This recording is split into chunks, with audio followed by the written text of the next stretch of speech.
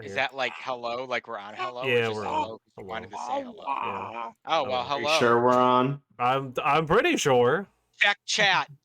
Hi, are Is we chat here? there? No one's in chat. Chat there. Everyone's in chat. The whole world's Actually, in there's chat. probably a couple of bots in the chat. I gotta go do another purge. Like what are Yeah! The AI What's in the overlords chat? watch our There stream. bots keep popping into my stream every now and what then. episode is this? We're on episode like 75, right? 72, I think. 71. 71. Tonight is 71. Yep. The Okay, last time well, was I want to. 70. Oh, well, in honor of the last time, I really quick, if I may, DM, since Yeah, it go was 70 last time and I didn't get to do it. I just want to remind everybody on all of our Elyssia sponsorships, as it was brought to our attention last time that we haven't done it, and we will wait to do it at 80. So, here we go. We have Raid Shadow Legend. Raid Shadow Legend, they 100% sponsor us, don't look into it. Shark, same thing. They 100% do. Again, don't look into it. NordVPN, 100% again. They sponsor us so much. They love it. This is not a lie. Then we have Arby's. They have the meats. As you know. Clearly they sponsor us. It's just they have the meat. They just have the meat. That's not a sponsor. That's just something I wanted to tell you. That's just a thing. That's just a fact. Everyone knows it. Then we have Adam and Eve. Make sure to type in Nick and Melissa's special day. Code never changed in 2 years. Get that's all been a codes. long-running code. To get all the codes to get all your special gels and solvents for whatever you make. Chemistry in the bedroom there. Yeah. Everybody loves some chemistry. Community season 7. On everywhere on Bingle, the new streaming service Bingle. That sounds like a Bingo. streaming service, actually. All of the boats, every boat that's ever existed. Exandria Unlimited. Which ended like a year and a half ago. Yeah. Still sponsoring us every day. The Critical Role Bakery, Critical Rolls. They're sponsoring us. Cleo, the dog. Yeah. One of our sponsors. D&D Beyond. Oh, man. Not anymore. That one we've cut. Not anymore. We cut that one. because we support third-party platforms. It's okay. We can potentially take that one back now. Discovery Channel. Oh yeah, that's true. Yep, we might come back to them.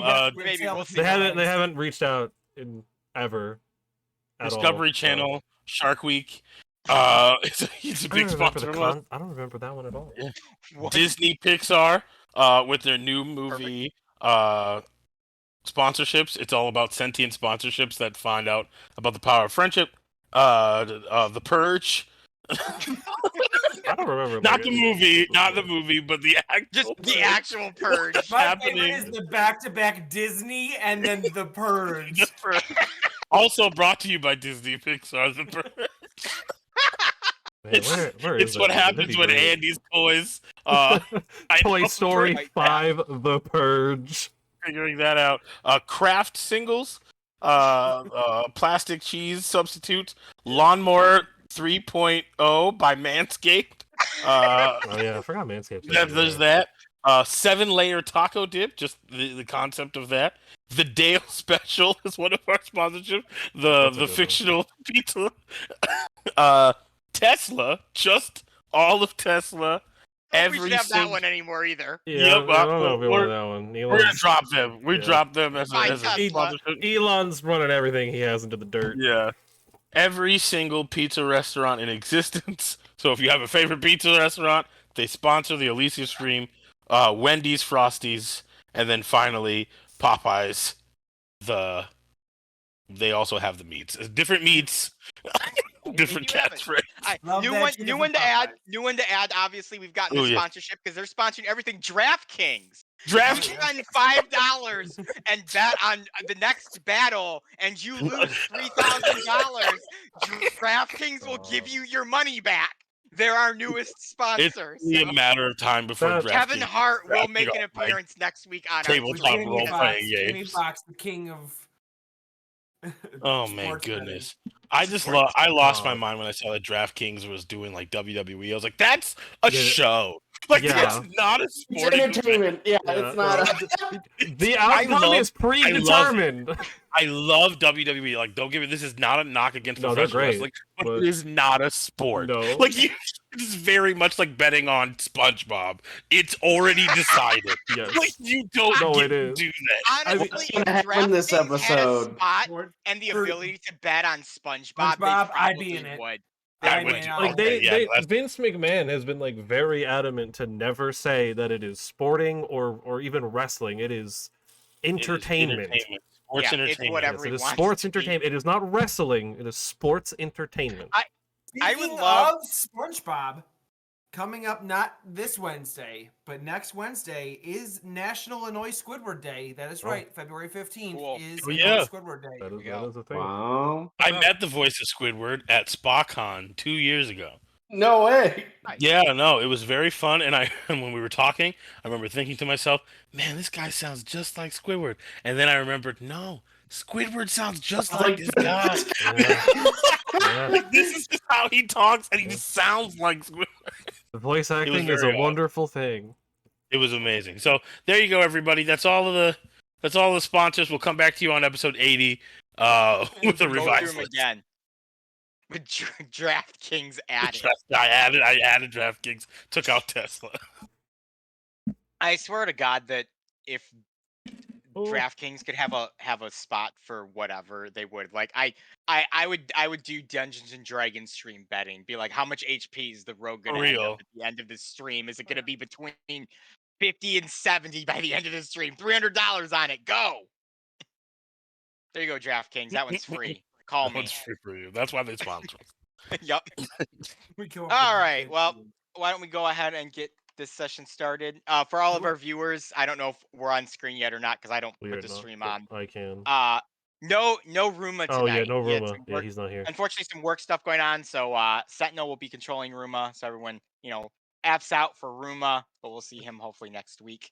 And Online levels yeah, of his let's go vengeance ahead and paladin. get started with our quick recap. So the party fought against the assassins that struck the chapel in Highwater. They managed to fend them off and defeat them. Find out that they were part of a group called the Fold, which actually, now that I think about it, I think that wasn't last session. No, I think that was 2 sessions ago. That was 2 sessions ago, so it took us Yes. all sessions to one. You guys were in Yeah, Dorder. Last session was all session. travel, pretty much. Yes, all travel and all Dorder. So I'm thinking of 2 sessions ago. So yes, you guys It's were in all travel. Dorder, and after That's the true, though. confrontation with Brahm against Sentinel and against Azrael about taking this poison grain to the Gorg Citadel and being refused, he essentially has told the caravan that he's not giving them any supplies because they, quote unquote, need them more than the caravan does, despite promising them earlier. Sentinel attempted to reason with Brahm, and despite Brahm's, purpose for doing all this in an attempt to protect his soldiers and protect, the people that he thinks needs to be protected after all of this, obviously the party's not going for it.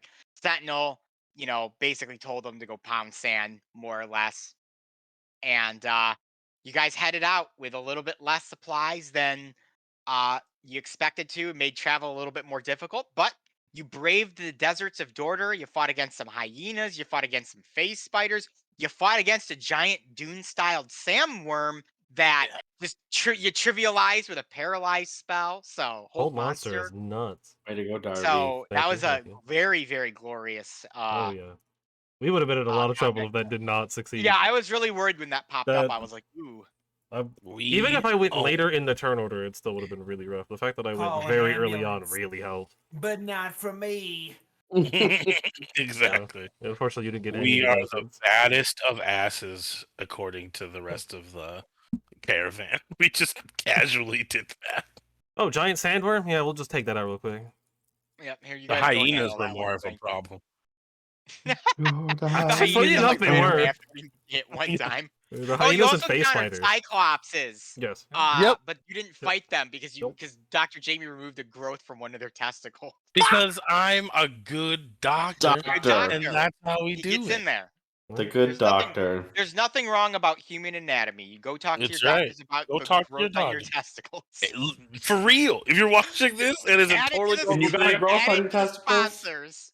Yep. Like, let your doctors do that. Doctors. I mean, doctors is going on the sponsorship sheet. Doctors. Just doctors. Just doctors. Doctors. All The doctors. American Doctors Health Without Council. Borders.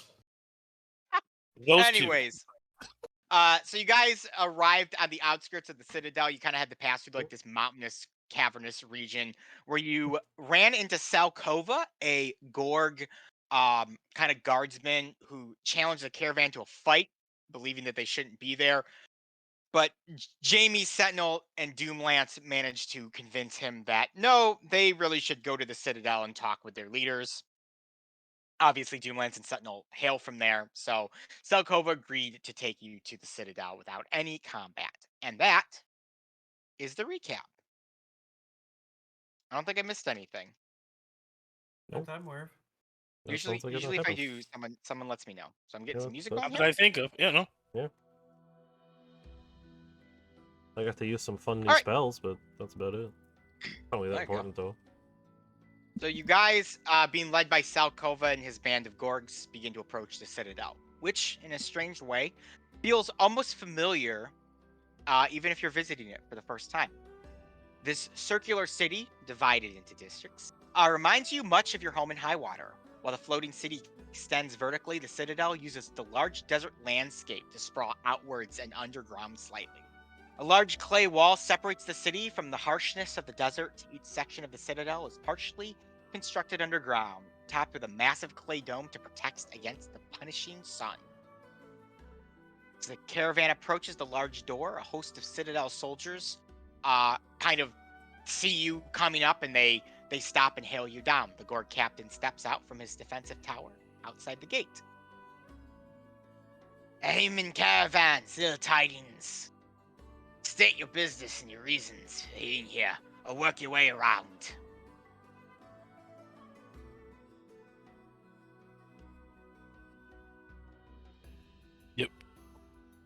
Sentinel, this is your. Yeah, Wait, These are your referring to people, you, Sentinel. bud. We don't. You know them. We don't. So wait, we're at the Citadel? Yes, you've arrived at the gate of the Citadel. Okay. Where are we? Yeah. We are And not they in asked Marvel why Snap. we're here, basically. Sentinel. You're not. Yes. You're not in Marvel Snap. Yes. No Marvel Snap. I'm just teasing you. I'm just teasing. DM calls him out live. The new season doesn't start until 10 o'clock. So Oh, there you I go. know, Perfect. yeah. I get Oh, you we've to got 10 him o'clock then. till 10. Yeah. We got Gotta it go on, till 10. kids. We better Don't not tell be in everyone. combat because it's over. Both Ruma and Sentinel will be just blankly staring into space. So I tell them that we're here for rest and a stop on our way to what is the tower? Is it? Where's Where are we headed? Where's the girl? lady? Yeah, where's the Yeah. girl? Yeah, you're going to Celos, the city Celos. of Oh, City of Unity. Celos. So, yeah. Does the guard not recognize me or anything? Yeah, I was gonna say. So you actually do recognize the guard Sentinel. His name is Fistbreaker. You actually trained with him at one time, and he does recognize you. He also recognizes Dune Lance, and you can kind of see when he came out. He was all huffy and "Oh, I'm Sentinel's gonna do literally like, do you not know who I am? Yeah. I'm Well, gonna it's just fight." weird to, like, talk Don't to you this know who I am? Funny It's a enough, small Sentinel is city. probably the most recognizable person in Yeah. the Citadel because Oh. he's a giant chicken. Sentinel's Giant probably the most chicken. recognizable person in the world. In most places, yes. Oh, Sentinel, I didn't expect to see you amongst humans. You said you're headed to Celos. Yeah. We believe that. Well, at least we've gotten word from the pontiff that the goddess may be staying in Celos at this moment. Nothing is in Celos except dirt, sand, and poverty. But I will go and confer with the leadership and see if they've received any messages about this. It's not that I don't trust you, Sentinel. It's that I don't trust. Yeah, I understand. I'll be back. You can move off the kind of road and, camp on the side for a little bit if you want. Cool. All right, so Well set up, Kate. Yep, so Fistbreaker heads into the Citadel. as the caravan scooches itself off the road for a little bit. You can kind of see all of the Gorg militia that have kind of gathered on the outside here, stationed to make sure you don't try anything.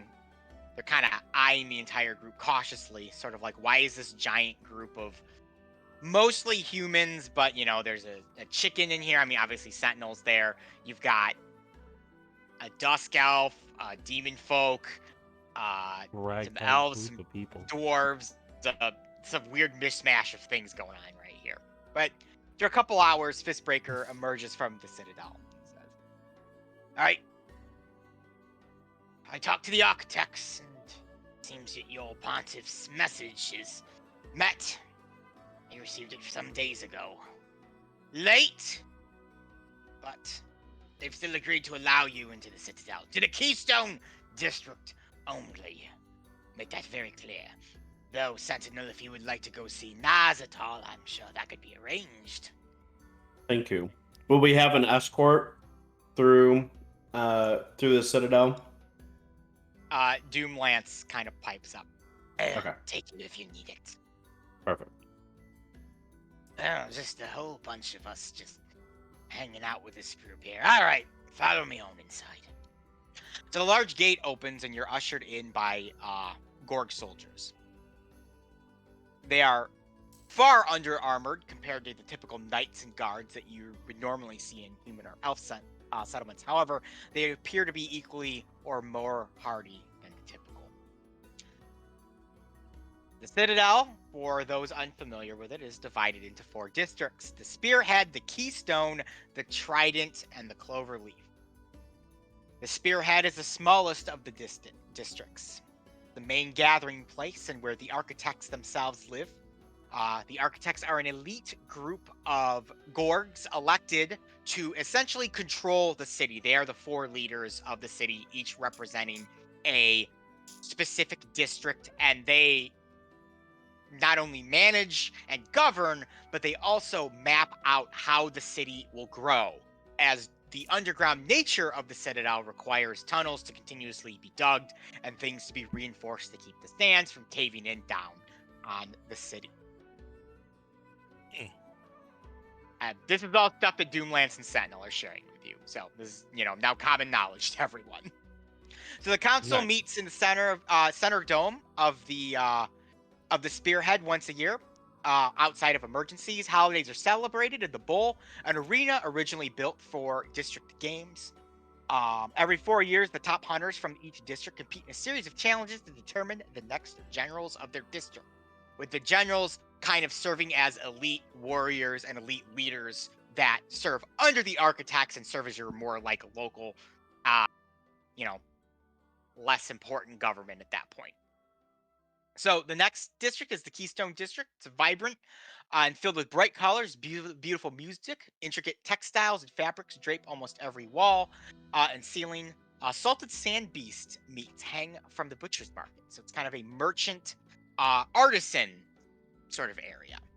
There's first off, the Keystone District is where the caravan is being taken to, as a reminder. So you're kind of being brought amongst the merchants and, travelers that make their way into the Citadel.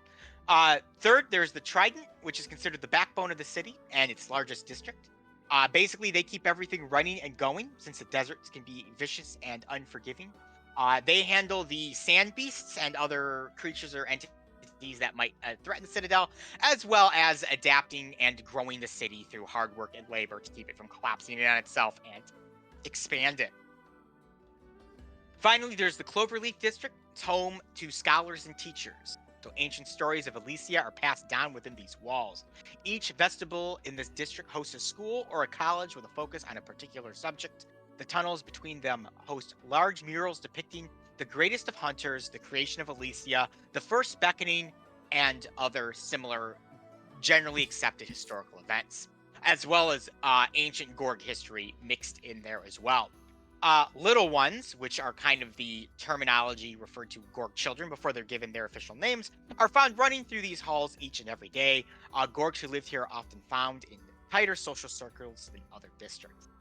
So your group is led to the Keystone and set up in kind of an open spot of land that they can find you. But the Gorgs in the market are suspicious of you. though. You're here. And as you set up shop, Pawn of Destiny comes out and says, well, it's nice to be out from the sun for a bit with the clay dome and all. I, believe the architects will probably wish to speak with me at some point. So I would say let us, set up shop and enjoy a few days, rest. It's been a long trip so far. Yeah, no, you've been doing a lot of work. Yeah. I have been.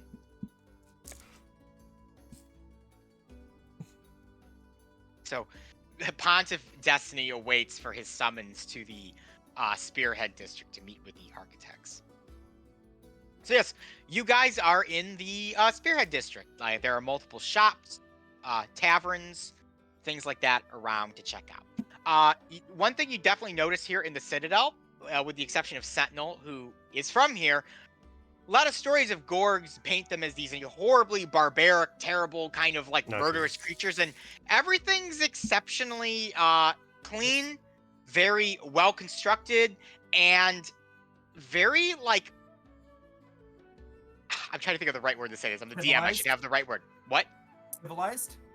Civilized, but more civilized, like advanced civilized. Like, you know, where you might go to a town in the Vanatirian Peninsula and people are dumping their crap out onto the road. Here in the Citadel, they've got like fine architecture, they've got plumbing, they've got scholars working on things, they've got an entire group and section just building things and improving like how life is lived. We have plumbing in our inn because I built it.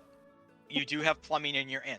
Highwater has plumbing in general for the most part, except for a few areas, but not every town or village does. And well, then I kind of want to either check out whatever passes for like a medical facility here, or try to like get some like fancy new doodads for inventions. Do we have time for both? You guys are here for a couple days.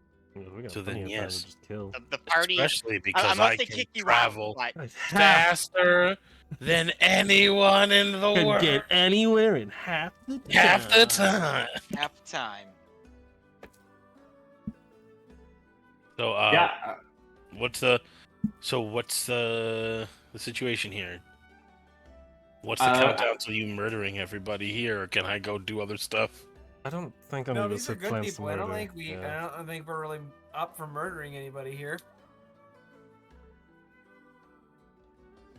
That's a relief. Unless you'd like that to change, I'm sure we can. No, make an I'm still arrangement good. for you I'm still to good change. with the no murder. Yeah, I mean, you know, we can. Man. See, I was planning on killing your brother. I figured you'd be up for that.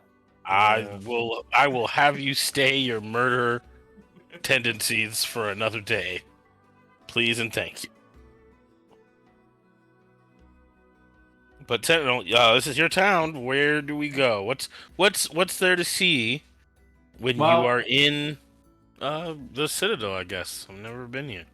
Yeah, I mean, we're. It seems like we are kind of relegated to the Keystone District for now. So at least, yeah. So I'd rather not test some people's patience while we're, day one here. And so there's plenty of shops and restaurants and things like that, taverns to go to. So if we want to walk around and go visit and see some old haunts, we can go ahead and do that. Well, look at this. Put them in a new town with different types of guards, and suddenly Sentinels all let's follow the rules. Let's only go where they let us. Well, it's not really a new town to him. Yeah. I mean, you guys are all free to explore if you want to. Well, there's really only one thing I care to explore. And I don't know how gambling works here, if there even is gambling, but... Well, I was a little young to know of the gambling. Too young to know what gambling is. I was too young and innocent. I didn't know what gambling was. I mean, Sentinel, you'd see it a little bit being here. Less cards, more dice throwing here. Okay. Oh, if only I had a charlatan's die. They're not your typical D6 style die. They're a Citadel special, I could say. Citadel special. Well, 72-sided die. it's like a Dale special. The two-sided die, otherwise known as a coin. D3. They do exist. Mighty Ducks. They're very weird looking. All right, well, I guess I'll show us some of your old haunts in this area. Sentinel, let's give us the two or something. Give us the two. When in Rome, as they say. Where's Rome? Yeah, I have no idea. That's just what they say. I don't think I've heard anyone say that before. Jamie. He's been hanging out with Joel for too long. We leave for like a month, and all of a sudden you're saying things Joel would say. I don't want to talk about it. I just want to bump it up. What did I? Yeah. Where's the place to go, Sentinel? What's going on here? Okay. Yeah. So let's head down some of the main market and we'll try out some sandworm stew and Sandworms are poisonous. No, yeah, but it's like those dishes where it's just a little bit, pufferfish is poisonous too. People eat that all the time. And even if it's not, I can just fix it. Or Ruma can too. Ruma can also. Jamie just makes the guy's mood. He just purifies. He drops something on it to purify the poison. It's not that I don't trust you, sir, in your cooking, but I don't trust you in your cooking. I don't. It's not that I don't trust you in your cooking. I just don't trust anyone in their food and cooking. Exactly. Yeah, it's like the guy sitting next to us at the bar, literally just drops dead, and Jamie's like, "Did that guy just die?" It happens regularly here. We're good. We're good. He won't die anymore. Jamie's the guy who brings his own salt and pepper packets to. Yeah, he's got his iodine tablets. He's popping them in the water to purify. Yeah, no, I'm ready to go. I'm making sure we get home. A pH balancer. Yeah. I'm the guy who brings the fanny pack to the amusement park. Get mad if you want to, but everybody stays hydrated. He might look no stupid, gotta spend $9 but everyone's for gonna be happy. water. Hand sanitizer. Everybody got it. Water. I've got 13 bottles of water in my backpack. Water. Advil? I got some Advil. Oh, you need That's Advil? exactly So you're gonna take everyone to the main markets here. Yeah. The Montgomery flea markets. So with Doomlance in tow, kind of give you some extra clout, I guess, around the markets here. The party heads off to explore the Keystone markets, which are pretty busy at this time of day. It's about midday when you've arrived here in the Citadel. The markets host a bunch of stuff, from weapons to exotic, tasty treats. There's vendors on the side serving drinks. They have this interesting bluish-looking drink that they seemingly are serving at all these different carts, and they're all just slightly different. Maybe some are a darker shade of blue, other ones are a lighter shade of blue. Sentinel, you would know that this is Vamoosh, a very potent alcoholic drink that is generally served amongst the warrior class here in the Citadel. And when I mean potent, I mean you don't drink a lot of Vamoosh, but it is a popular, refreshing drink. It has a taste of berries and mint, as the hide of the sand beasts that are used to brew it, upon skinning the hide and pickling and then soaking and fermenting your liquids within it, gives it this almost mint. It's not actually mint taste, but it's kind of that same bitter, almost freshness, and then they put fresh berries in there too to give it sweetness. Okay. Beyond that, there is also food vendors. You can see as you're walking through these markets, there are animals of all varieties and types. Some you maybe have never seen before hanging. You walk up, I want a leg of that, and they'll cut it down and cook it up for you. Should also note too, these aren't standalone buildings. These are very much like pop-up kind of shops, almost flea market-y. So there's really very few actual constructed homes or structures here. They're very much just tents erected, or like tarps and awnings that are brought up with tables and whatnot scattered throughout. Sure. Absolutely. Okay. And like a bazaar in a way. Yeah. Yeah, it's a Yeah. bazaar. That's a good way. Or bazier. Brazier. I'll show Yeah. Jamie some fine like fabrics and cloths and linens so for that may pique his fashion sense and in his sewing if he wants to pick up some fine Gorg wares. I am looking at this Gorg fashion. Like, I could do that. I made flying shoes earlier. I could make a nice coat out of this stuff. There are numerous very lovely fabrics that you could buy. Many of them coming from several places around Elyssia, not just the Citadel, not just the Dorter Sands, not just the Vanatirian Peninsula, but there's plenty here that have been gathered up over the years.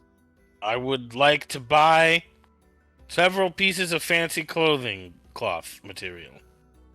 Clothing cloth material. Clothing cloth material. That is the exact phrase I will be using. I want clothing cloth Specific material. measurements. That'll be 110 spatamiers. Sentinel, what's the conversion Sentinel, rate? that is the currency used here in the Citadel. They do not use the golds of the Vanatirian Peninsula or a large other portion of Elos.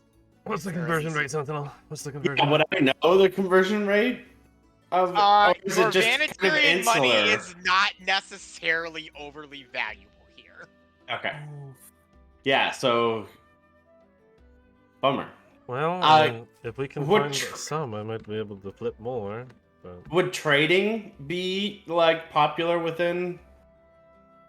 Of course. Well, we have a bunch of random junk that we've been carrying. Yeah, We certainly do. Yeah, I think we all do.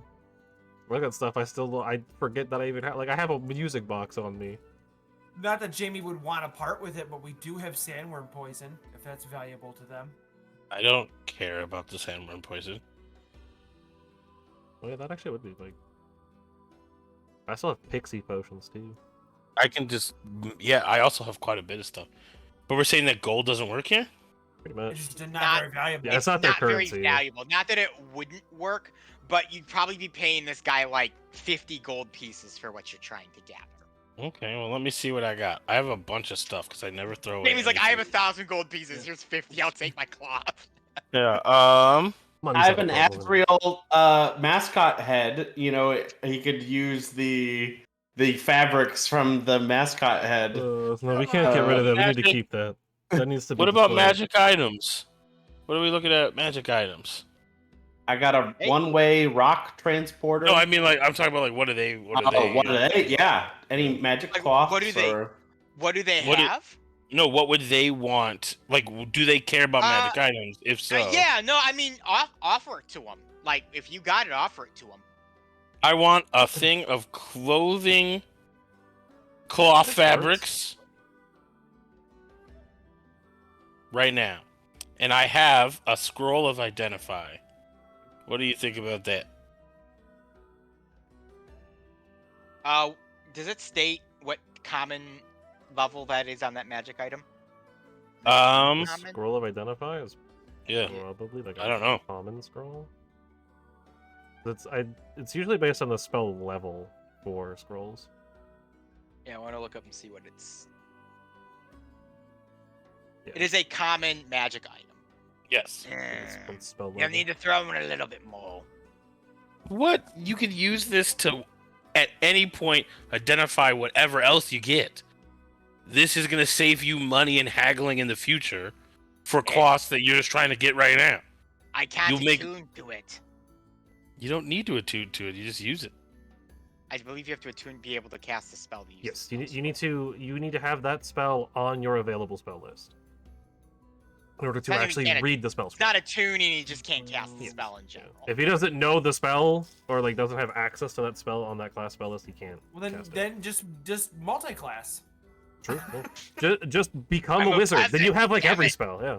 Just Go hang out. go to wizard in the- school. You'll be Get- fine. Get Go to good. wizard school. Get Okay, good. fine, then I'll give you this, and it's a bottle of Witchlight wine. Ooh. Oh wow. Okay. It plays music Hey. while you drink it. I Hey. had it from before. He grabs the bottle and he looks at it. This Gorg I should describe is dressed in very fine ornate robes, as many here in the Keystone District are. He kind of examines this green bottle. It's labeled. It looks very fine and fancy. I do not know what Witchlight is. Is it a good brew? Yeah, actually, Give me a- it's pretty Give me a decent. persuasion roll. From Unless another- have you tried it before? I don't I think know. everybody It's had the some. stuff from the different dimension, right? Yeah. It's Yeah. literally from another dimension. Another world. It's from Yeah. another world outside of this world, and if you drink it, there's music. It's 18 for persuasion. I can't Okay, give you well, much better than that, dude. The Like, off come is on. yours, my good friend. This is a good trade. Yeah, Yeah. I know. I was Gives you really a little bit extra. Ah, Oh, all right, wow, cool. look at that. Throwing in the Appreciate that. spice. What Thank about you very cheat my customers who come here bringing good items? Yeah, well, if you're looking for good items continuously, and maybe you and some of your merchant friends want to set up some interesting routes of trade or whatever, I have an organization and a distribution center that would be more than happy to help you out in high water at a less than market price for the such things. I won't lie to you. Only reason I'm dealing business is you got big feathers with you. Yeah, and this is my number 2. Human city, far away. Probably gonna I have mean- to turn you down on that one. Okay, just saying. More local work here. If you wanted any large trade, you'd have to talk to the architects. Okay. Well, thanks for the clothing, cloth, fabrics of various size, shape, and color. You're most welcome. And Sentinel, Naz will be looking for you. You find Yeah, her. I would love to see her. Yeah, she'll be down at the watering hole at the edge of the Keystone. She's been working there for good old Iron Leg since he lost his iron leg last year. Do we All call him right. by his name Can now? we call him Yeah, Iron can we Legs? still call him out? Yes, it's his iron leg. He lost his leg in a great battle. They gave him an iron leg. Still went into great battle, and then he lost it. Don't know where he lost it. Can't find it. So he's no longer Maybe- Iron Leg. He doesn't have an Iron Leg. That's his name is Iron Leg because he had an iron leg. But he doesn't just have haven't it, so the name changed doesn't really make any sense now. Former man known as Iron Leg. That works. And Yeah. The man formerly known as watering Iron hole. Leg. Okay. Iron Leg. Naz Sucks to is- have your name attached to like a physical thing you can lose. Yeah. Most of us kind of take a name based upon our parents and what we do. Like, my name is Bringer of Silk. So he lost his Nope. legs when he was a child, and you all called him Iron Legs? That seems a little mean. Well, his father also Had an had an Iron Leg. Oh, So wow. he's Iron Leg Jr.? Or they Yeah, mutilated this like- child? Iron fit Leg the the name. second. He lost his leg as an adult, but he took the name Iron Leg because it was his father's name, and then he got an iron So leg. what so was it he just called kind of before? worked. Is this kind of He like was just your son of Iron Leg, as Sentinel was son of Naz, or Okay, Doom I guess that was, makes sense. Son of his Alright. father. Is this kind of like your brother, Jamie? Like, because his name's like Destiny, your sister's name is Faith. Like, is like that? Like, they got named based on what they were going into? No. Or They Bruma just got here. named because my mom liked pretty names apparently after me. Bruma's name, Say Snowhammer. Jamie's That's part of a his name. ugly name, but it is kind of Yeah, no, it's Yeah, it not. is a It's bit just out a of the way. regular person name. It's not But grandiose. Sometimes when you live where we live for as long as we did, you just try to find things to make things nicer before you go on. fair enough.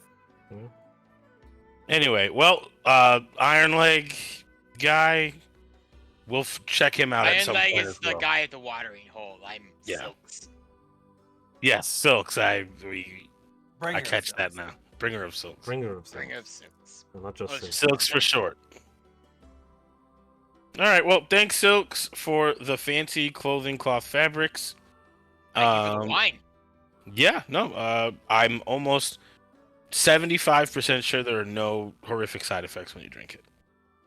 Well, even if there were to be, excellent drink to have regardless. Have you tried the vermouche? I have Talking about not tried terrible the side vermouche. effects. I've not tried the vermouche. I'm not much of a vermoucher. I haven't I don't vermouche. think I'm not a any of us vermouche guy. have tried. Well, actually, Sentinel might have tried it at some point. Sentinel's had vermouche before, most likely, unless you've It just abstained from alcohol. snuck it behind the. There's a group of us that stole a bottle. I'm sure Yeah, I will when get you some. when you would have gotten like when you guys would have like graduated and become like Okay, warriors, you would have had vermouche Sentinel. Okay, little celebratory. We might have had it a little before. Vermouche. He might have stolen a bottle or two. With Yeah. Doomlance and Lilyhammer, when you guys were just like youngins, you might have snuck a little bit of vermouche here and there. Yeah. Went out back behind the Bazier and cracked open a bottle, poured it out. Just don't get vermouche from lefties down at the end of the Keystone District because he waters that shit down and it is not as good as the rest of the vermouche. To all the college students. Yeah, he sells it cheap. He doesn't check ID, but it's really fun. It's just water and food coloring. That's it. Yes, it's just water and food coloring. That's why his is brighter than all the other ones because it's clearly just blue food coloring. All right. Well, And then I'm gonna show Darby and Azriel the local hatter. Ooh. oh. And see. Don't think I'll be I replacing know that that- anytime soon, Haberdashery. Yeah. Haberdashery. A slew of, nifty and different looking hats of, various sizes and shapes. A lot of them are either really wide brim to protect against the sun, or they just like cover the head like directly to like wipe sweat away and stuff. Okay. Very practical. Yes. So nothing resembling a pirate hat? No pirate hats, unfortunately. Don't think they've seen many pirates. Maybe sand pirates. Yeah. I can make a pirate hat now that I have I'm sure fancy you could. cloth fabric. Yeah, you make a very fancy pirate It's hat.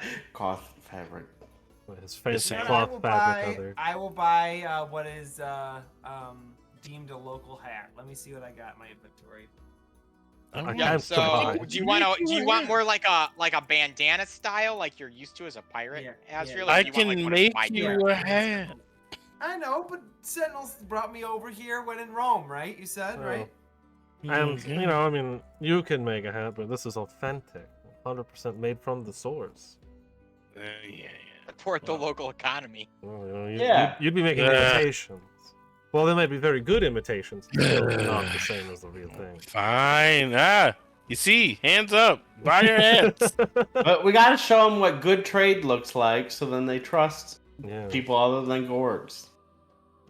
And giant chickens. Diplomatic mission? Oh no.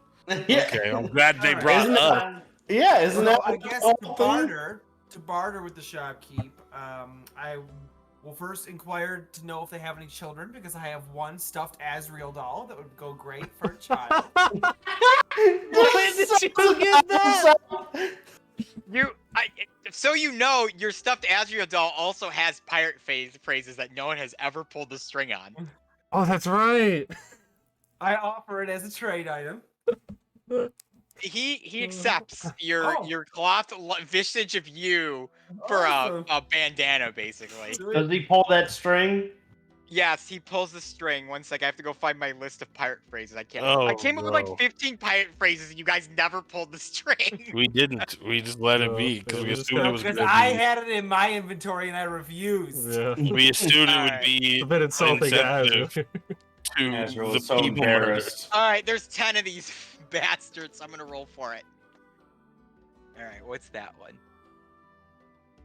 So he grabs the little doll of you, Azrael, and he pulls the string, and that is 1, 2, 3, 4, 5, 6, and he goes, "Come on down to Azrael White's Buccaneer Brew House, TM, for a swashbuckling good time." I love that he says the TM. He says the TM. Wow. Yeah, just because I racked my brain for like an hour to come up with these, I'm gonna read all of them to you guys. So He just keeps I've got pulling that string. He wants to know. Only if it gets pulled. Fine, he pulls it again. Goes, "Give me a hug or I'll make you walk the plank." Tickle me Elmo. It's like, "I'm Azrael White, mighty pirate." Or this is my personal favorite. No. "I've got a hankering for some grog." Note, consuming alcohol has been known to cause health issues such as necrosis of the liver or loss of motor functions and death. Please consult a physician to see how alcohol consumption could affect you. Well, they really included an entire You know how many PSA in times the I thing. say It was that? the whole dial was parent and focus group to prove. So Of course, yeah. Well, As one is. yeah. So, yeah. Unfortunately, So, I have no intention to part with my Azrael- hat simple.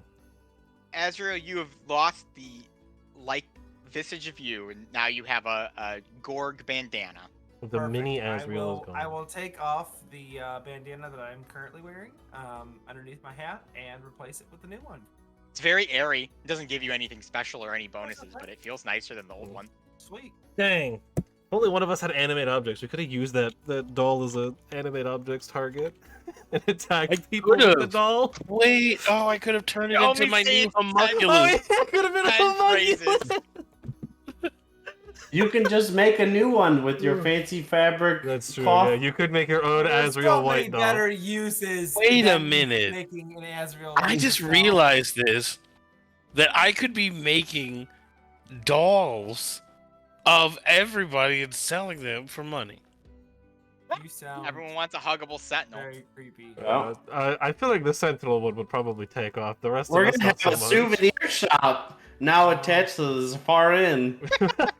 Welcome to the Safari. Combine You can get your plushies of all our souvenir. characters that are The merch. problem just is thinking- everything we put inside the souvenir shop will end up in Zartor's Yeah. pile of It'll end up things being that he hoarded. takes over. Well, we can Oh, also yeah. sell little replicas of the Safari Inn that have a collapsible front wall that, you can pretend it blows up. Remember? People died in that. I know that's what I'm saying. Why because because the little tiny Azrael and the Azrael stuff isn't weird. That's like saying you just bought a freaking Unabomber plushie. I know. That's a weird thing for you The to. Lego set. Look, I'm not saying it's a good thing to have, but I mean, they're selling Azrael plushies over at Yeah, it was bad. It was horrifying. Everybody on that island is dead now. Nobody's Yes. selling any more Azrael. Oh yeah, everybody is dead. Well, not everybody. There were a Thomas couple Lincoln people left. torched the island. Yeah. Jamie doesn't know that particular part of it, but he knows that people are probably dead. He left you guys alone. Well, yeah, we filled you in on Yeah. the adventure. We might have left that part out though. So that I tell the guy that may be a one of a kind doll there. Oh, Yeah, probably they not might many of still those be left on right now. He tells you he'll give it to his daughter, and she'll like the pull string. Perfect. And all the fun little phrases he says, Wonderful. of which there are 10. My guilty conscience of killing 30 plus orphans has been absolved for pleasing one There you girl go. One doll. child. One non-orphaned child. A child murderer has become the beloved doll of a real child. Yeah, to It's a absolve his heartwarming You children's can- movie. You can change.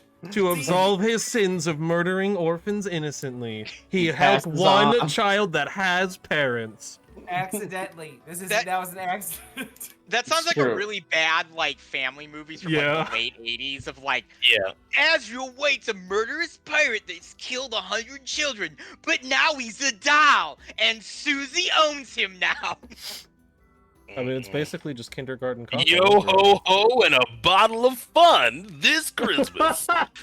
What would the That's name of that super movie be? super creepy Jack Frost movie where he turns into the Oh God, snowman. yes. Oh yeah. About the dead dad that comes back as a Yep. snowman. It's and called he melts. Jack Frost. Yep. Yeah, I've seen it. I remember seeing all the trailers for it as a child, thinking it was gonna be a funny, family-friendly romp, only to find out it's about Michael Keaton being a terrible dad who dies in a car accident and tries to come back as a snowman. Not tries, succeeds. He does. Yeah, he does. does. And then he melts, and then he's gone. There you Yeah. go. Just like him in real life, because he died. Remember, kids? Your dad doesn't love you enough to come back from the dead. Not like Michael Keaton. You can toss Jack Frost up there with Kangaroo Jack as movies that were marketed in the worst possible way. Right? Yeah, Kangaroo Kangaroo Jack Jack is is like a kids wonderful. movie where the kangaroo talked. For like 2 seconds, but Yeah. not for the most of the In a movie. in a dream sequence that lasted for like a minute, and then that was it. All right. Get back on track, So we everyone. bought a hat. You've got your bandana, Azrael. Right. Cool. All right. Sentinel's our Kangaroo Jack. Yep. Yeah, Sentinel. So we got fabrics. We Yeah. supported the local economy by trading a doll for a bandana. Yep. Any other things we can do? Well, it seems like my mom wants to come see us, so we should meet her at that tavern. Oh my goodness, Sentinel's mom. Your mother. Yeah. Like okay, yeah, let's go. I mean, I call her my mom. She's just the lady who took care of me when I. So your That is mom. your mom. Yeah. All right, so you guys want to head to the watering hole? Yeah. To Iron Legs' watering hole, where To Iron Legs' watering hole, who no longer has an iron now. leg. The man who was Very formerly good. named Iron Legs' watering hole. Now it's So just a the symbol iron, of the I almost It's called just the called the Iron Legs. watering I'm hole. sorry. The watering hole. It is just called the watering hole. Nice. It is the closest you'll get to a freestanding building here. It is a giant like tent tarp, like propped up, and there's a bunch of tables and chairs and like a standalone bar. It's pretty popular, very busy right now as you guys head up to it. Sentinel, you've seen this place dozens of times before over your time. You can see some Gorgs. They're playing Spear Chuck, which is a game where you've got a long sand like runway, and at the end they almost have like a tic-tac-toe kind of style board. What they do is they huck these spears at these grids. There's like, multiple grid boxes, and there's a red spear that gets thrown, and your goal is to get as close to the red spear without hitting it as you can. So it's a very popular game being played. Good way for you to gamble, Darby, if you're interested. So you approach, and you see Iron Legs sitting behind the bar, only able to sit because he's missing his iron leg, and you just see he's propped up on this like high stool with his good leg, and then he's got his nub, and his nub is just sitting on the counter, and he's got like kind of a group of Gorgs around him, and they're drinking and laughing and having a good time, and Iron Leg aside, Naz, your mother Sentinel, is also there. A robust and very muscular Gorg woman. She is currently serving drinks. And, as she kind of sees the group approach, and she obviously sees you, Sentinel, since you stick out like a sore chicken amongst all of these Gorgs, she says, "Sentinel? Was that you, Bubby?" It is. It is Oh me. my god! It's you! Oh, it's been so long. Come and give your mother a hug. I come over and give Nozzle a big hug. You've been eating, you skinny, since you left. I here and there I try to eat as much as I can, but a lot of times it's just grilled cheese is about most of my diet at this point. Iron Legs, get this boy a steak dinner. He's had nothing but grilled cheese since he's left. Well, thank you. Look at you. Are these your friends? Oh, they're all so skinny. No wonder you look like rails. Yeah, and so I'll introduce each of my party members, and yeah. Well, any friend of Sentinel's is a son to me, so it's good to meet all of you. It's good to meet you too. Thanks. You raised a very big boy. He's a little skinny boy right now. Iron Legs! Steak dinners for all of them, they're all so skinny. Okay. I'm not gonna say man. I'm not gonna say no to a steak dinner. It's on me, for letting me see Bubby again. I didn't know you were swinging by. Yeah, it's kind of a little detour that we're taking. We kind of are on a big job recently, and we're kind of doing favor for Dr. Watts's brother here. Ah, that's the human caravan that they said was coming through. Yeah, I know everybody's kind of a little bit skeptical of them, but I'm very thankful for the Gorg hospitality for the time being as we make our way to Celos. Well, if anybody gives my Bubby a problem, I'll deck him upside the head. I would expect nothing less. So, what have you been up to? I've been worried sick since Lilyhammer's body came back a few months ago. Was worried something happened to you, Bubby. Yeah, it's been rough out there. We've been to many places that I was on a pirate ship, took a little cruise vacation for a month or so. I was on a TV show and on the radio. We own an inn now. I'm a part-time owner or part owner of an inn franchise. We have two inns around Elyssia. We've gotten a couple scuffles here and there, met some friends. I mean, it's been ever since you told me to go out there and look out for the world. I've been doing my best to find my way out there. Sounds like you're doing good for yourself, Bubby. Mom's proud of you. Thank you. So how's the Citadel been? More or less okay. More roving sand beast attacks recently. Things are getting much more complicated when it comes to the fauna and wildlife around here. Warriors have been strapped thin since you've all left. It seems like no one quite figured out why, except, fears of more dark tidings and dark comings. But you make do, and you play some games, and you eat some dinner, and you try to have a good time. Yeah, that's the best you can do out here. A little bit of a worry right now with the Citadel that we might not be able to expand it anymore. Why is that? The sandworms usually like to keep a wide berth from this place, given the noise and all of the digging and drilling and whatnot, but they've been starting to get a little close to the Citadel, and we're worried that if they get any closer, we're going to have to start really fending them off. And you know how deadly those things can be. Yeah. I mean, the giant little thing in the desert that we just took out in 2 seconds. Oh, you killed a sandworm, did you? We did. That difficult. Yeah, it was actually pretty easy. Did you bring a trophy? Yeah. No, maybe. I got actually yes, we did. They killed a sandworm. Vermouche is around.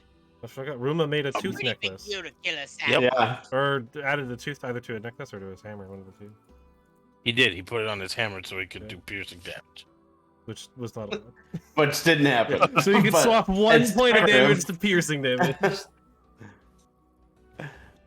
Let's just That's impressive you've killed a sandworm. It can take up to 10 of us to take one of those things down, and when they decide to act as a herd and you get attacked by 10, 15 of them at one time, it can be quite the bloodbath. I can see how that would be a problem. Yeah, that sounds like a few more than we should probably look to fight. Magic seemed to work very well against it. Well, we have a few of our scholars here that know the ways of the Dusk Elf, but not as many that probably should. It's something that we've been lacking here, and we've been trying to bring in scholars to teach us the ways. Yeah, by it's scholars. Okay to not necessarily do that. Wait, I'm sorry, what'd you say, Jamie? I said, well, it's okay to not necessarily have to do that. Like, there's a lot of ways you can, better yourself without using a whole bunch of magic. Just saying. Well, It's less because we want the power and more because we would like to understand the knowledge. At least that's what the scholars say, but what do I know? I'm more of a home type. Yeah, I've met a few scholars in my day, and they tend to say a lot of stuff. Say lots of stuff. Not all What of were it you very gonna good. say, Ted? I was gonna say I heard that there was a young scholar by I don't remember his name, but he's a Drangler who had made his way Oh, over. Meepo? Meepo had made his way over this way. Oh, yes, him and the dragon girl that came with their big dragons for a little bit. Said they were part of a circus for a bit before heading north to Olin. They were on their way, going their way through the Citadel. Strange fellow. Very Yes. much like to talk about his dragon battle clues. Mincemeat. I didn't even know dragons were alive. I thought they were all dead. Yeah, Yeah, I mean, Yeah, I think all of us thought that when we met him. yeah. I still can't believe you guys know Meepo. Oh, well, stranger things have happened. Yes, they have. That I do believe. We I've fought- seen enough. We fought ghost pirates. I think that's definitely- stranger than meeting a guy who's famous. Not a guy who's famous, Meepo, but all right. He wasn't that famous to us when we met him, so. And he invented Drangling, so Thank you, Samuel. He invented Drangling. He For those invented of it. you watching Yeah. it, for He those of you definitely watching it, invented it, that's for sure. Jamie is being 100% serious because he is not with you guys. He I know. knows Meepo as a famous celebrity. As a famous celebrity, not as random goblin in cave. Yeah, no, Yeah. he has Hobbling. no concept of Hobbling, that. sorry. Yeah, he has no concept of that. Yeah. He is. This is the guy who invented And his Drangling, which is a famous very real published thing. book, The Art of Drangling. The Art of Drangling. Well, which, he which, definitely invented it. That's for sure. Jamie has I read- can't disagree on that front. He certainly invented it. It's just a lot of pictures and words that don't make sense, but it's a famous bestseller. the famous Yeah. bestseller, and he's in on it. It's just a picture of a dragon, and then the next page is just the word "drangling" in all caps and nothing else. First thing, Drangle it. That's it. That's the content of it. It's just a picture of a dragon and the word "drangle" and nothing else. All right. It's important no, to go ahead, know, Shannon. but Mhm. because I think Naz knows him, but we did happen to have the misfortune of running into what's the guy's name? Who's the head of? Oh, yeah. We just left. Brom. oh, security. Yeah. Of Dorder. Yeah, bro. We did have the misfortune of running into Brom. Oh yeah, we might want to. Someone But here I should don't know probably if it's her be we need to informed of let his know or plans at some somebody to point. let know that he has intentions to Poison escalate. everybody. Yeah. Yeah. Nas, we stopped in Dorder as Azra was Yeah. talking about. I'm Yeah. sorry. I know. Yeah, it's off a great place. Honestly. But yeah, we stopped in Racist Town Yeah, and racist and, town, as we've dubbed it. and met Brom, who kind of claimed that he was the one who had found me, and he was threatening the Citadel and trying to deliver poisoned food to the city. And so I don't know if the architects need to have a heads up. Not that, I mean, war has been on their mind for a while, so they kind of understand Dor's not been, but they're trying devious ways to harm the Gorgs. Well, that is incredibly concerning information. I'll let a few people know, and they'll let the architects know. I'm sure they'll want to hear about it, at least talk to you. But first, no ill tidings. Your steak dinners are on their way. And out come these What? huge steak dinners. Oh jeez. Not like cattle steak. They're sand beast steaks. So they're Sure. big, 28-ounce cuts of meat that are about that Whoa. Yeah. covered in Okay. gravy. You've got a big helping heap of these kind of little bread balls that are also soaking in the gravy, and then a bunch of vegetables that are grown in the sands. Notice sand vegetables, because I can't come up with a better name for it on the spot. Veggies. Love me some sand veggies. Sand veggies are real Sometimes the good. simplest name is the best. So it's all very good. They know how to cook here in the Citadel. Sentinel, it's like you home know how to cooking do for a you right lot. now. You've come home, Yeah. man. Yeah, enjoying Good. every bit of it. Just all of the senses of nostalgia adding to the taste of the wonderful food.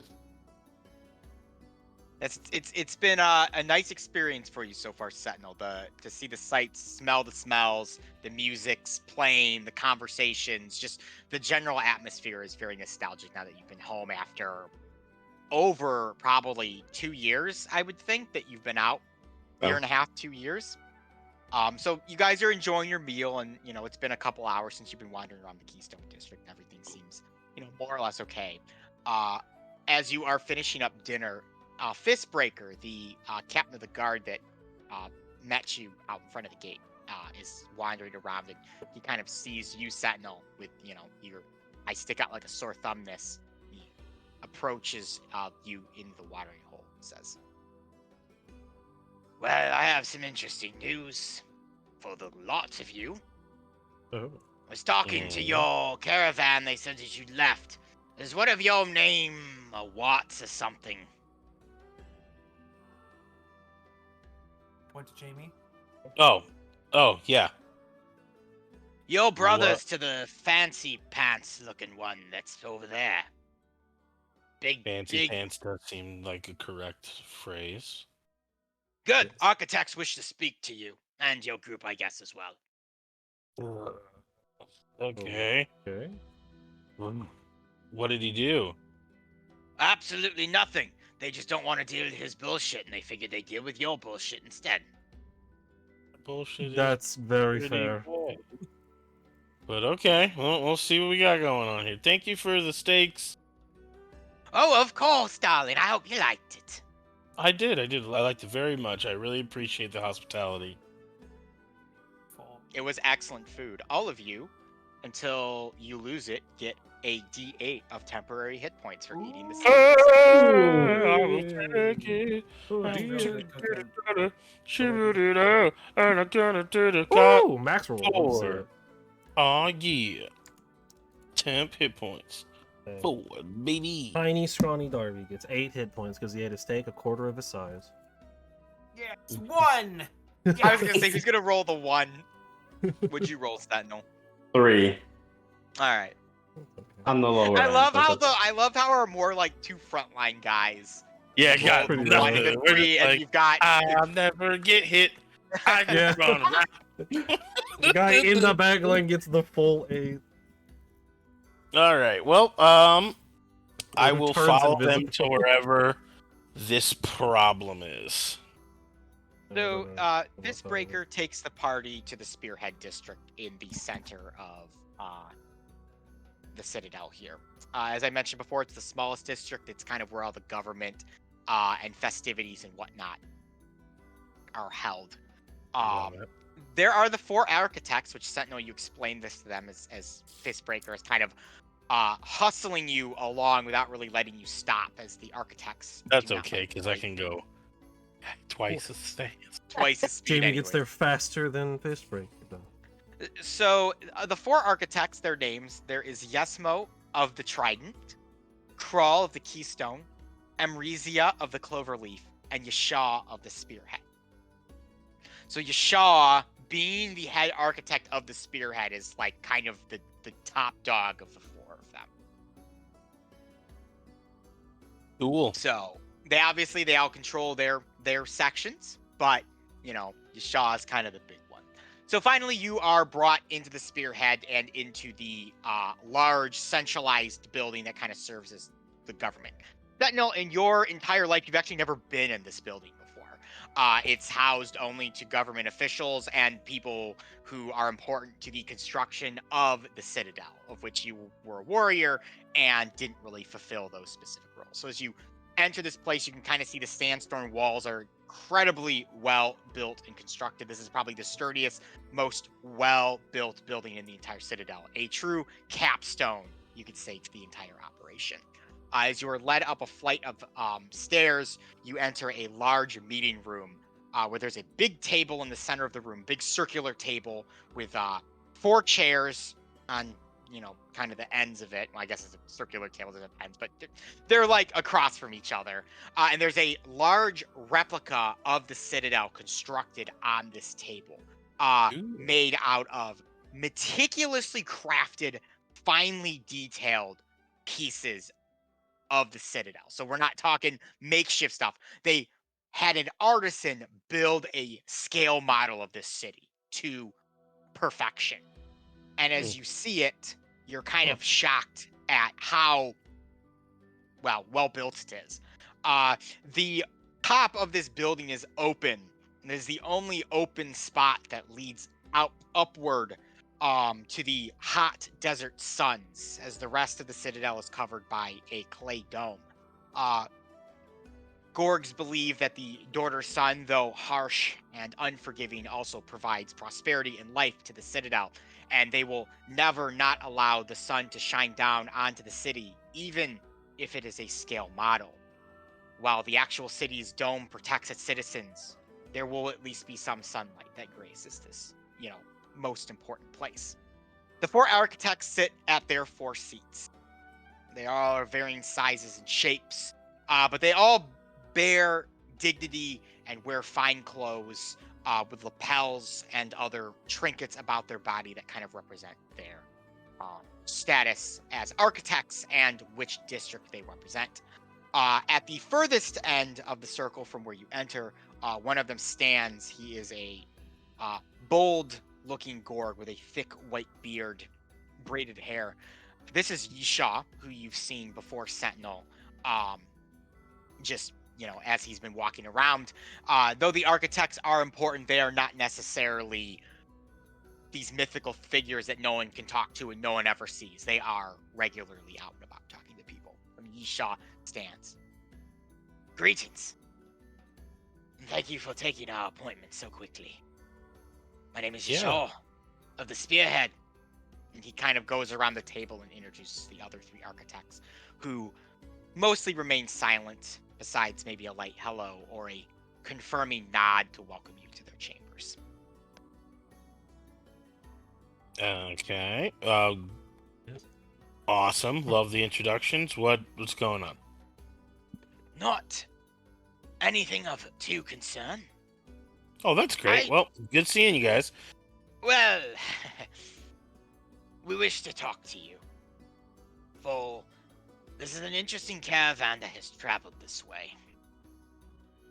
It's not every day that the Gorgs of the Citadel receive tidings from humans or folks from the Vanatarian Peninsula, let alone welcoming and good tidings. Years of bad blood between our cities and your cities still runs cold through many of your people along the peninsula, so I find it most interesting that an entire caravan of fancy-robed individuals would like to make their way into our city. I do not believe it to be anything malicious, but I would like to hear it from somebody's own lips. And it's not that I don't trust the most important-looking person in the caravan, but if anything, have learned over the years in my dealings with humans that sometimes the most important-looking person is not the person you want to talk to. Fair enough, because that is true. Good thing everybody here is not ordained all fancy. That is what I was led to believe. When we asked who was in charge, we were pointed to this pontiff of yours. And when we asked who was important to him, he mentioned a sister and a brother. And since his brother was not there, I figured he would be a good one to talk to. And the fact that you are with one of our, most favorite and prized individuals of the Citadel speaks highly of you, as does the rest of you. Yeah, cool. Do you just want me to tell you that the caravan is not malicious? I want to know why it's here. More so than from a letter that told me you're headed to Sellers for some unknown reason. Oh, yeah. I mean, Sure. I was not told to keep anything a secret, so not that I would have followed the rule anyway, but Not that it mattered. not that it mattered. But yeah. This caravan is heading through your city, which is lovely, by the way, and headed towards a place called insert place we're supposed to go. Celos, the City of Unity. The City of Unity. Yeah, so we're heading to Celos because my brother and his delusional group of grifters are looking to accost some equally delusional young woman who believes that her magic powers are some sort of proof that she is a goddess, the goddess, or whatever. We've heard some rumors about conversations and tidings coming from Celos.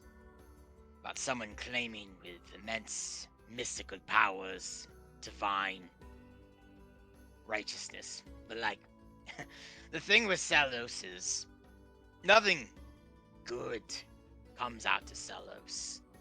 It was a attempt at us, at the Vanatirian King and the Olin Queen to put together something that would be considered a form of unity between their three closest neighbors. So we all said, fine. We'll supply some leadership, some funds, send some people there, settle this territory. Hopefully make something good of it. Citadel did their part. However, no one in Vanatir wanted to give up their land. No one in Olin wanted to give up their land. Besides, it's bitterly cold up there. Though I guess bitterly cold isn't much better than hot, like the desert. So they put it a few miles down the way from the Citadel, constructed of mud huts that my own architects here helped design, funded with barely anything. Entire city stricken with poverty. It's not much of a city of unity as it's more of a city of a dumping ground, and your brother believes that something good is actually coming from that place. Well, a lot of good has come from dumping grounds. I've slept in a few. It's true, it's possible. It's hard for me to believe that Celos has any meaning or matter besides being stricken from this earth. Oh yeah, no, you sound super great to talk to about entire groups of people. We But would yeah. not want the people themselves to be harmed. They would be. Oh, good distinction. I'm glad that we made sure to say that out loud.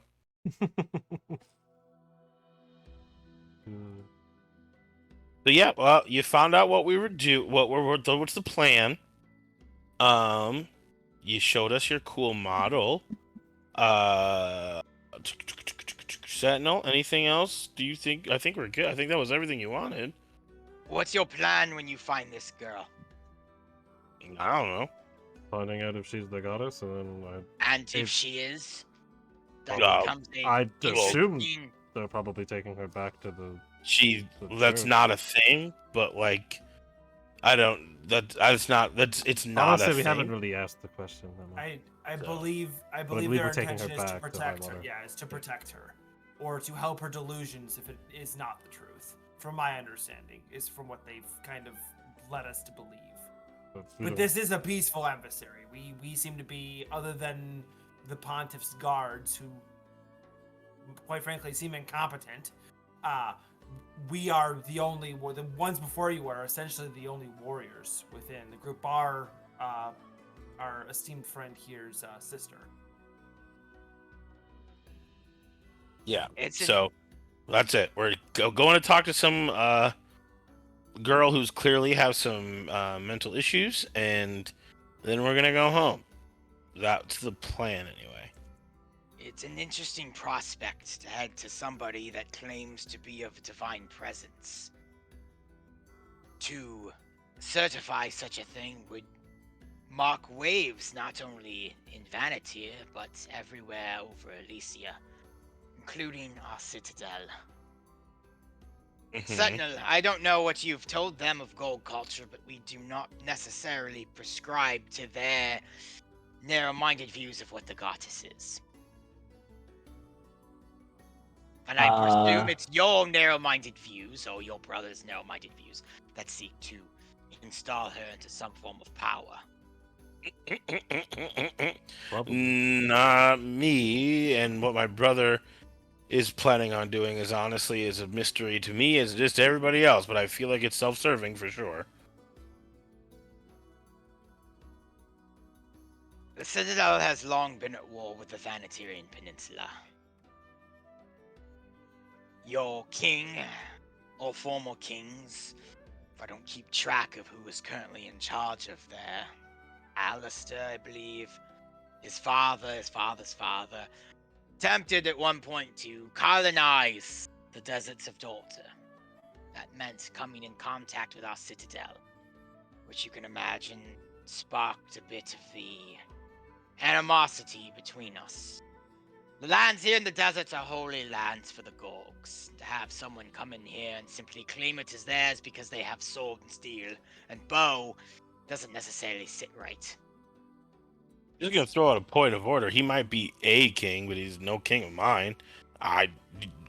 What people in power do amongst themselves in their fancy rooms with fancy models is of no concern to me. That is good to hear, but you still hail from his lands and you still partake in the things that his armies protect and supply and whatnot, so it is difficult for me to accept that. Sure. Okay. Got it. What I'm getting at here is we have concerns for our own self-preservation. As of right now, thanks to your current king, he has managed to broker some form of peace. Essentially, you stay on your side of the sands and we'll stay on our side of the sands and we won't talk to each other. Except this caravan that has decided to come through here. But if your brother brings this girl back, whether she is the goddess or not the goddess, it's really besides the point. Whether they bring her back and instill her in some form of power that is going to ignite some form of religious fever amongst your people, and that sort of religious fever is what extends out to our lands and to our people and seek to hurt them. I would agree with that. The church definitely uses its books and various fairy tales to push agendas that are not helpful for anybody involved, other than the people who get to line their pockets with poor people's golds and dreams. So yeah, no, that is 100% what I feel too. Again, though, I don't know why you're talking to me about it. I'm not in charge. I understand that. You're not in charge, but you have your brother's ear. And if I were to have this conversation with him, he would assure me that all of my fears are unfounded and that I... No, they're founded. They're very founded. They're always founded. Exactly. Especially when you're dealing with the church. So I'm going to ask you a favor of the Citadel. A favor to your friend who grew up here. When you come across this girl that claims to be the goddess, you will do everything in your power to convince your brother that she is in fact not the goddess, even if in every conceivable way that she is. Even if it means going so far as to remove her from the equation. Well, a couple things here. One, she's not the goddess. The goddess isn't real. So that's the first bit. Second bit, I can try and convince my brother of anything, but if I could have done that, he wouldn't be pontiff right now. He also So probably wouldn't be traveling here in the first place. He wouldn't be traveling here in the first place. And then 3, and I think this is the main thing that I would like to bring up here, is that I don't get told to remove people from equations by people with fancy titles wearing fancy adornments in big rooms with fancy models. I am not necessarily telling, I am asking. Okay, yeah. Well, that's the answer is no on that third one, but I will definitely do whatever I can to help my brother see reason, and hopefully help this delusional, young woman get the help that she needs. That was always what I was hoping to get out of this unfortunate little march. Well, that is good to hear. I fear what could happen to our people if this continues. And if my wishes, my ask seems incredibly harsh or perhaps cruel, it is not because I wish to be cruel. It's not because I wish to be harsh. It's because I simply wish to keep the people around me safe. Yeah, I'm sure that's exactly what the other people say in their room with their fancy model. The ends justify the means. If I do throw a fly in the ointment scenario, approaching it from less of an emotional approach, more logical approach, if this so-called woman or girl is determined to be the goddess, and she would have been taken care of, she just becomes a martyr, which may exasperate your problem. People pilgrimaging to find out where the goddess died and did exist may make it a more traveled location than had she been moved to our high water. Not saying we won't make every effort, like Jamie said, to convince Sir Crazy Pants that she is not indeed a god, but just food for thought, having dealt with martyrs before. Yeah, that stuff's gonna get out. Yeah, not to mention We have a whole caravan of people, and if there was anybody that took out that lady, they're gonna pin it on you before they pin it on any of us. which creates an even bigger problem. It seems that my entire people stand between a bit of a rock and a hard place at this point. And as a point of goodwill, and not to take the words out of Sentinel's mouth, but we did intercept. I'm sure you've been told already, based on word of mouth around the city, we did intercept a plot and, for lack of better terms, thwart a plot from Dorter to here with poison grain. They tried to poison grain. This has not come to my ear yet. They attempted to burden our caravan with a gift to your city under the guise of goodwill from Dorter to here that would contain poison grain and hurt your people. We obviously declined, and that is why I'm bringing that to your attention as well. So be on the lookout for any grain they send, because we would never accept grain from Dorter. Right. There's too much bloodshed between my people and their people. That they could send me 1,000 of your gold pieces, and I would scoff at them and turn it away. I just figured you as a sign of goodwill, that we're not throwing away your requests for help. That we see what you're dealing with and do understand.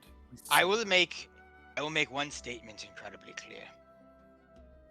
Gorg's battles with the Vanatian Peninsula have been long and hard on both of our people. I can not only speak for myself, but to the other architects here, none of us wish to see it to continue. But if it shall continue, we will fight, and we will kill anyone who would dare harm a single hair on any of the children's head out within these walls. I do not care. Moral rights, I do not care. Logic, we will defend ourselves to the death if we must. That's how the story goes. Each side doing that until there's nobody left except for the kids that survived, and then they grow up and do it to their kids. Allow me to ask what you would have me do then, since you seem so apt to tell me I'm wrong. You are wrong. I'm happy to tell you that. I am not wrong. I am defending my people. Those are not mutually exclusive, big guy. They are in my mind. You have nothing to care for in your life. I have an entire city of thousands of people who look to our leadership. You don't even know me. You decided right away that I have nothing to care for, and have nothing of value other than to give you information that you want. You already, before even speaking to me, decided that I was not a person with loved ones. That is your thought immediately. So you are not better than the people on the other side of that desert. Now, you can say whatever you want, and I'm not even telling that you can't defend yourself. But what I'm letting you know is that telling me that you're ready to kill everybody who does this does not paint you in any sort of moral high ground. You are not some. You are not any. Stated that I'm going to go out and fight and shed thousands of blood willy-nilly. I said I would defend my people to the death. Okay. All right. Cool. Keep doing that.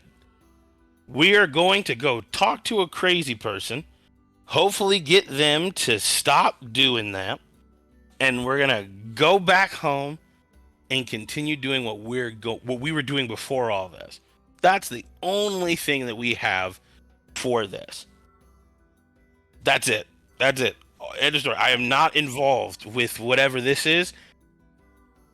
So you guys can keep fighting your wars if you want to. I'll be the one making sure that the people left in both of y'all's wakes get home. That's what I do. It seems, though, that I have come across in a way I did not mean to, as you seem to view me as a warmonger. Well, if the duck quacks... Again, I'd ask what you would have me do at this point, but you are correct. You technically do your thing, and you will continue to do your thing, and I will continue to do my thing. Well, it looks like we figured it out. Is there anything else that anybody in this fancy room with their fancy adornments and their fancy model would like to tell me before we continue on helping a girl with a mental problem? I have nothing else, only my request. Cool. Anybody else have anything to say? Sentinel? No. Not at this time. Well, this has been lovely. Had a great chat. Refreshments leave a little bit to be desired, but that's okay. Again, I have a feeling that you don't invite a lot of people from the streets in here every day. All right. Vamonos? And Dr. JP will turn and start leaving the way we came.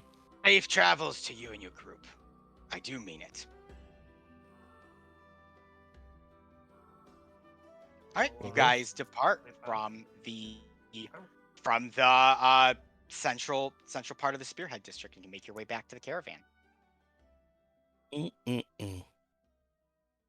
Which you find in same state you left it in. Basically, everyone's kind of just hanging out, waiting, and doing their thing. You know what's go ahead. You know what's bothering me? People, guys? What? I've been thinking about this for at least a good amount of time since we left the diner place. Sentinel, you call your mom by her first name? Yeah. I mean, that's just, we refer to each other, everybody, as their name. Either the only names that people give is for the children, calling them little ones. But other than that, there's not really, call mom. That's hey, different strokes for different folks. I know for a fact that if I called my mom by her first name, she would slap me across the face. So that's why I've been thinking about that this entire time. Yeah, that is a good question. Strike me as weird, but... I guess I didn't really realize that. Hey, I mean, I'm new here, so this is just it's just something I noticed, and I was wondering if. But I guess now that Dr. Jamie thinks about it, he doesn't really know much about everybody else's family life. Y'all call your moms by their first names? I don't call my mom by any name. Oh, that's I've also that's never crazy met her, That's crazy depressing, guys. All right, okay, cool. It kind of is sometimes. When your child comes out as a demon in an area like Icarith, you don't typically keep it. So I think Sentinel, you're the only one, and I don't know about Ruma's parents' backstory because I don't think Matt really came up with anybody. Yeah, I'm the only one with the most like familial standard, unit, regular family unit of anyone in the group. No. sounds about right. He's the most well-adjusted. Yeah. Yeah. Okay. Dang. Oh. Well. Okay. Well, not the best crowd for that. All right. Let's just keep on going. typical D&D party. Everybody is dead. It's a Everyone's Disney. parents Both of my dead. parents are totally alive. Yeah. I'm like, yo, okay. I mean, could be forgot- alive. I just don't know him. Yep, nope, it's super never bad. mind. Caught it. Thank you, Azrael. Thank you. Yep, our world is racked with racism, and it is affecting people constantly. Thank you for the reminder. That racism is real and it's very bad. Gotta keep it centered, man. Gotta keep it centered. Yeah, nope, that you're right. We'll head back to the caravan. Well, you guys can hang out at the caravan for the night while it restocks and resupplies, and then you'll probably be off in the next morning. Which I'm gonna have us take a 10-minute break because the Gorg voice is murdering my throat and my water ran out. So I'm gonna go get some water. Good. Okie dokie. 10-minute break. We're back. 10-minute break. 9:30 for the last hour.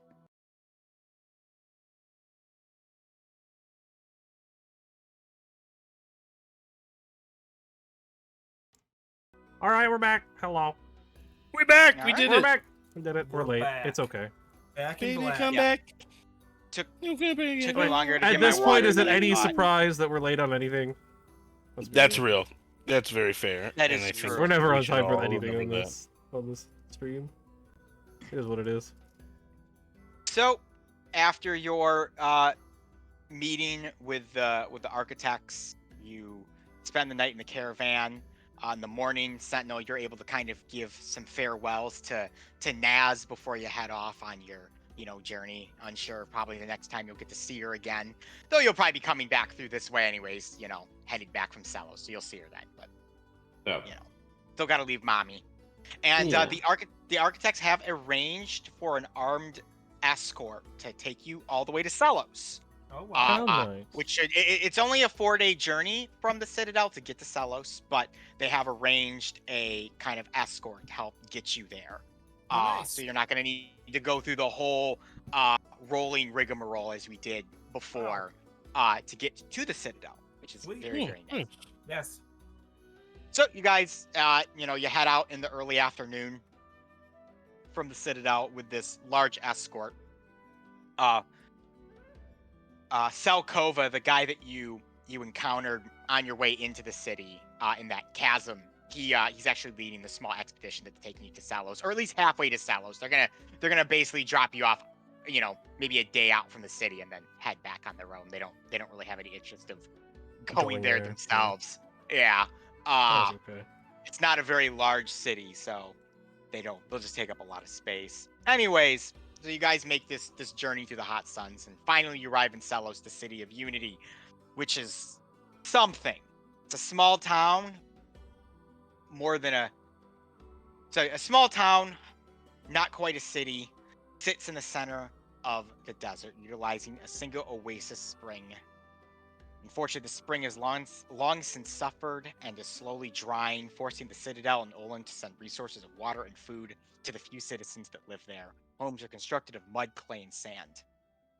With little cover, everything is incredibly dry and hot. So, kind of this large caravan begins, you're making your way into this city, which I have a map of. I actually have a map of, so we can get off this stupid Elyssia for once. Oh, all right. Look at this map. You No said more it's a small characters. town. Like, how small are we talking? Like, does our caravan with the armed escort outnumber the town's member? Yeah, what's Yes. we looking at? Yeah, because the caravan Oh, is dang. no, because the caravan. How big is the caravan again? It's it's like 100 people, so it is larger than that. There's probably like 200 people though that live in this Okay. little. Wow. Dang, so we could fight we're this still whole town huge, if we yeah. want. You guys could probably actually fight this whole town.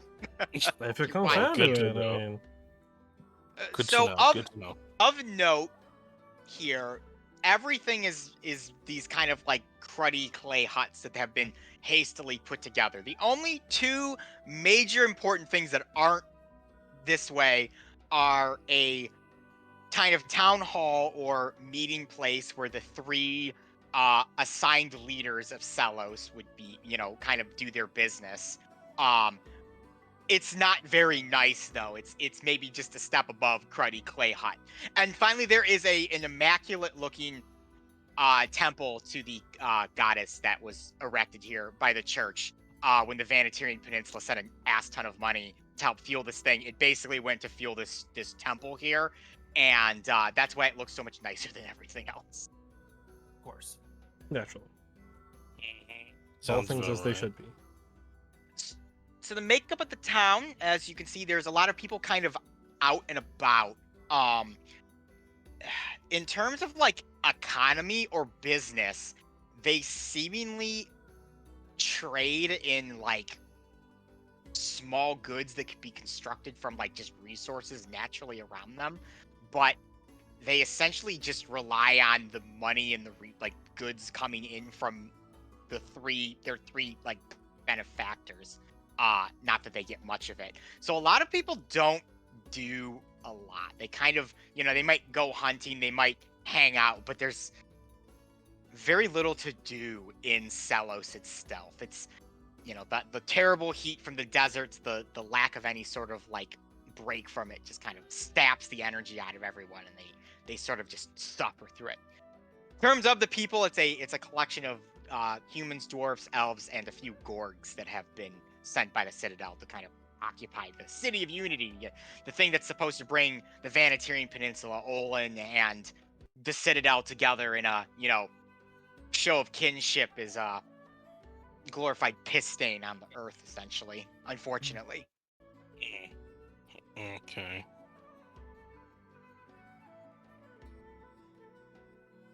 Yeah, so you guys have arrived. The caravan has arrived. It parks itself outside. It's gathered quite the crowd who are like, oh, food? Water? Do we have resources?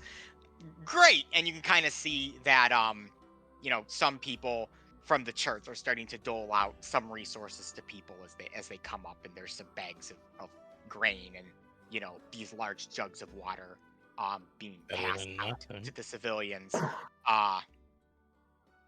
It's kind of the ticket into this place, you could say.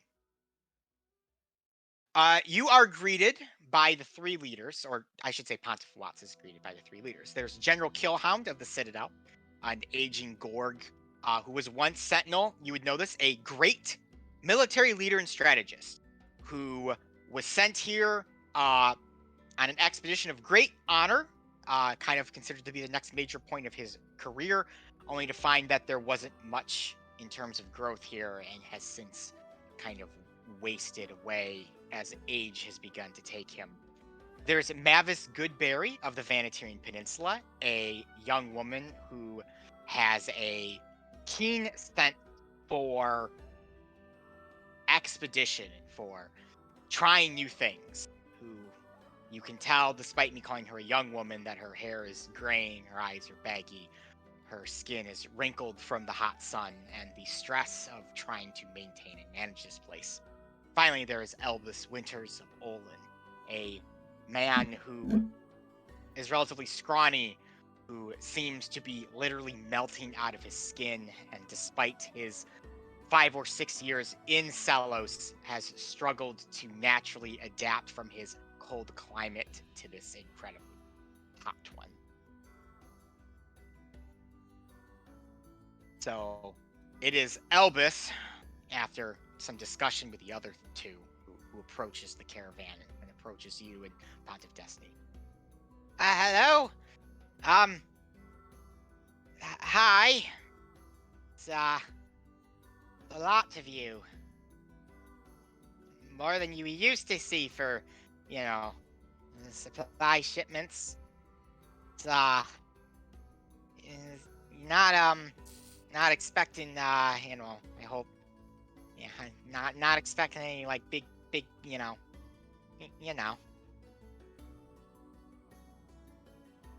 I'm gonna look at Destiny because this is your show, bro. Welcome to your town. Did they not know we were coming? Did you not? Yeah, clearly. Wow. No one told them we were coming. All right. Yeah. Destiny speaks. Oh, we do not need or require anything. Our caravan has anything that we could possibly need. Myself and the rest of us are here to see the girl I wrote the town several months ago. Oh, did we get a letter for that? Maybe it got lost along the way. I'm assuming I'm assuming you mean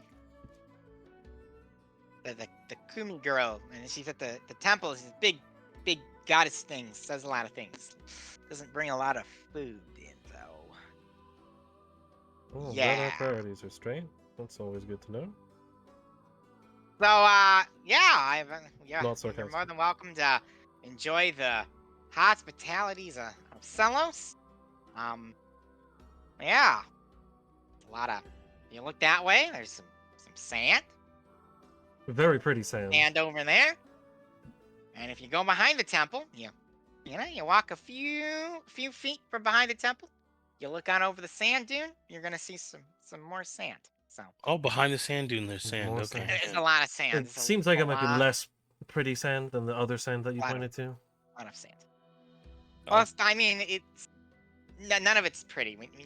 It's kind of like looking at a beautiful painting. Once you've seen it 1,000 times, it's kind of a painting at that point. And, yeah. Oh. Okay, Yeah. So yeah, I'm gonna go back to my job of trying to figure out how we're gonna take the supplies you've brought us, and yeah, kind of distribute that amongst the people, considering it's been.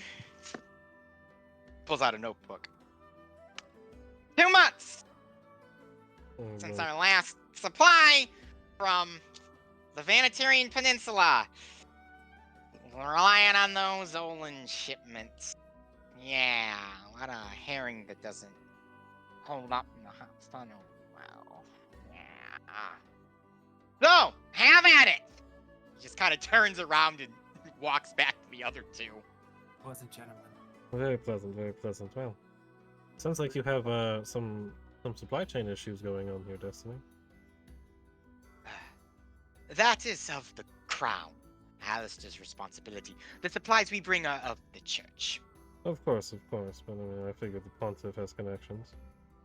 I do, and if I am able to utilize them in any way, shape, or form, I would be more than willing to help Celos, especially if it's where our goddess hails from now. I'm glad it partially hinges on that. Oh wow, isn't that sounds great. Hopefully that's what's going on. So then we can feed these people. Yeah, I'm glad if the goddess is here. We're definitely feeding them.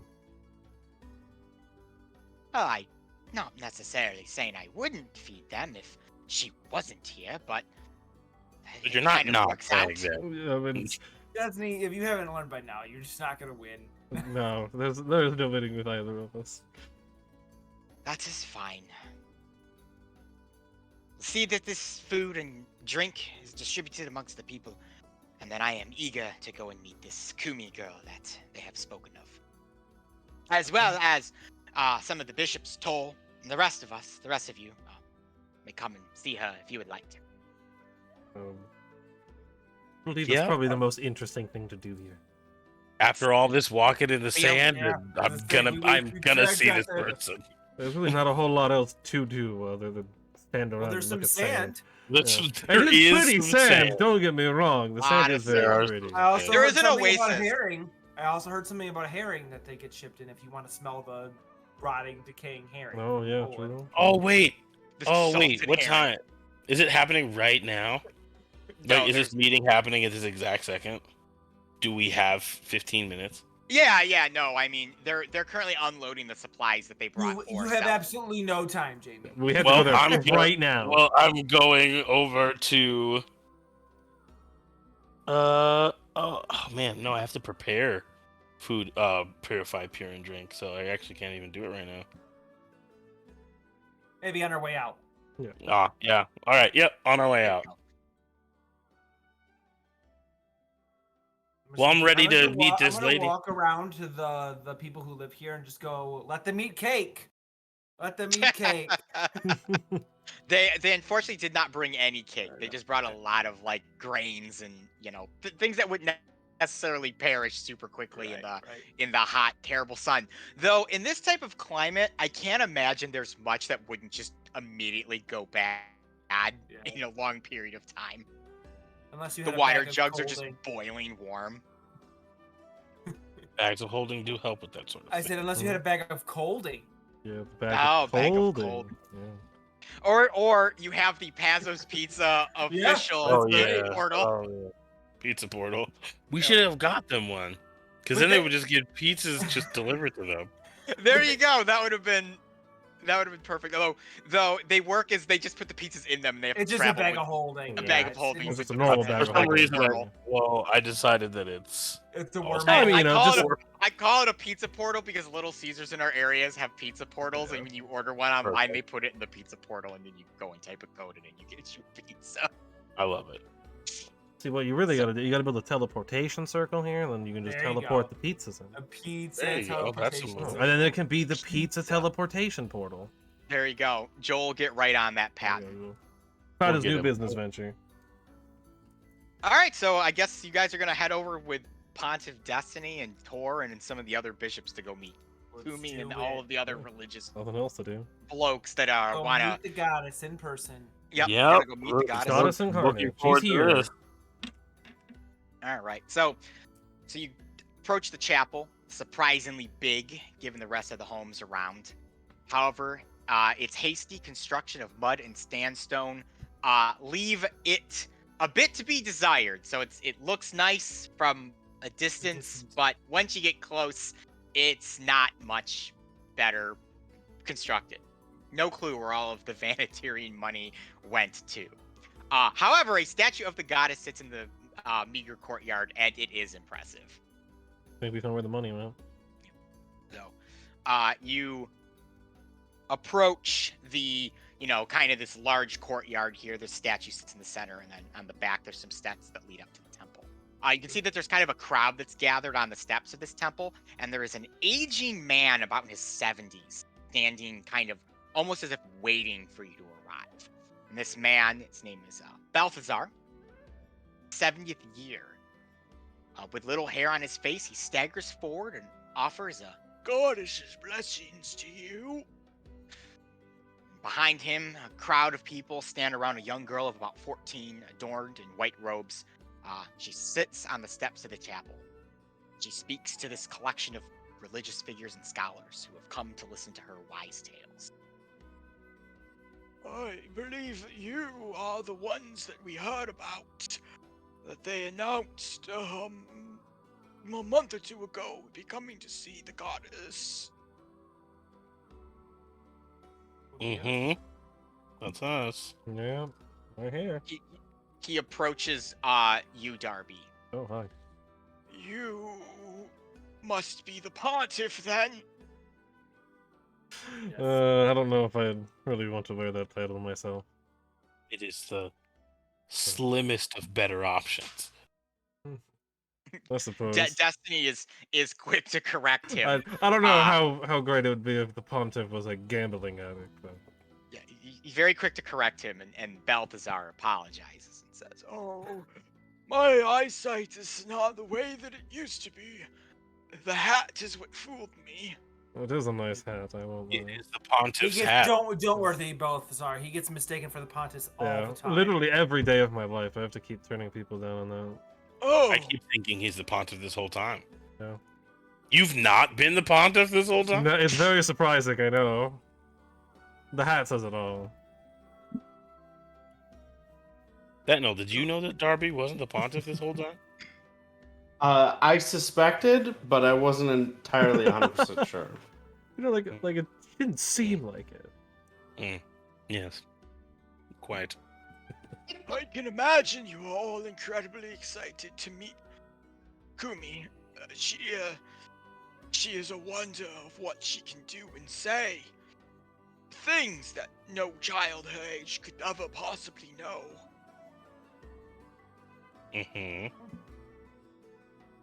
Well, yeah, we traveled quite a long way to figure out what's going on with Kumi. And a lot of time. Yes. The letter said she would assess her, but you will find that she is the genuine thing. She will claim her rightful place as a peacekeeper amongst all of us, and then all of this terrible fighting and bloodshed that has plagued our world for so long, and end the beckonings once and for all. And real quick, before we do that, you say that you're sure she's a genuine article, correct? The pontiff, I believe, has arrived to officially declare such a thing, but you believe that that's what's going on? I do. I am very old, you can see. What? But you don't look a day over ancient. No shot. He doesn't hear your insult. I may not always seem to be in the best of shape, perhaps not even best of mind, but I have been a long in service, devout follower of the goddess. I've seen many things in this world, and it is difficult for me to claim that what I am seeing is not divine in some way. And look at the crowd. Yeah, I see them. And you've been living here this whole time? No, I originally hailed from Pragla, where I served in a church for many years. I moved up this way when the town was founded about 6 years ago.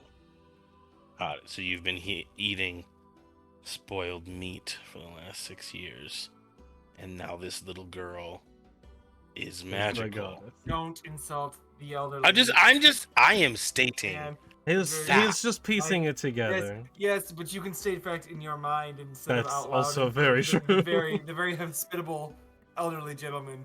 And he is being very kind.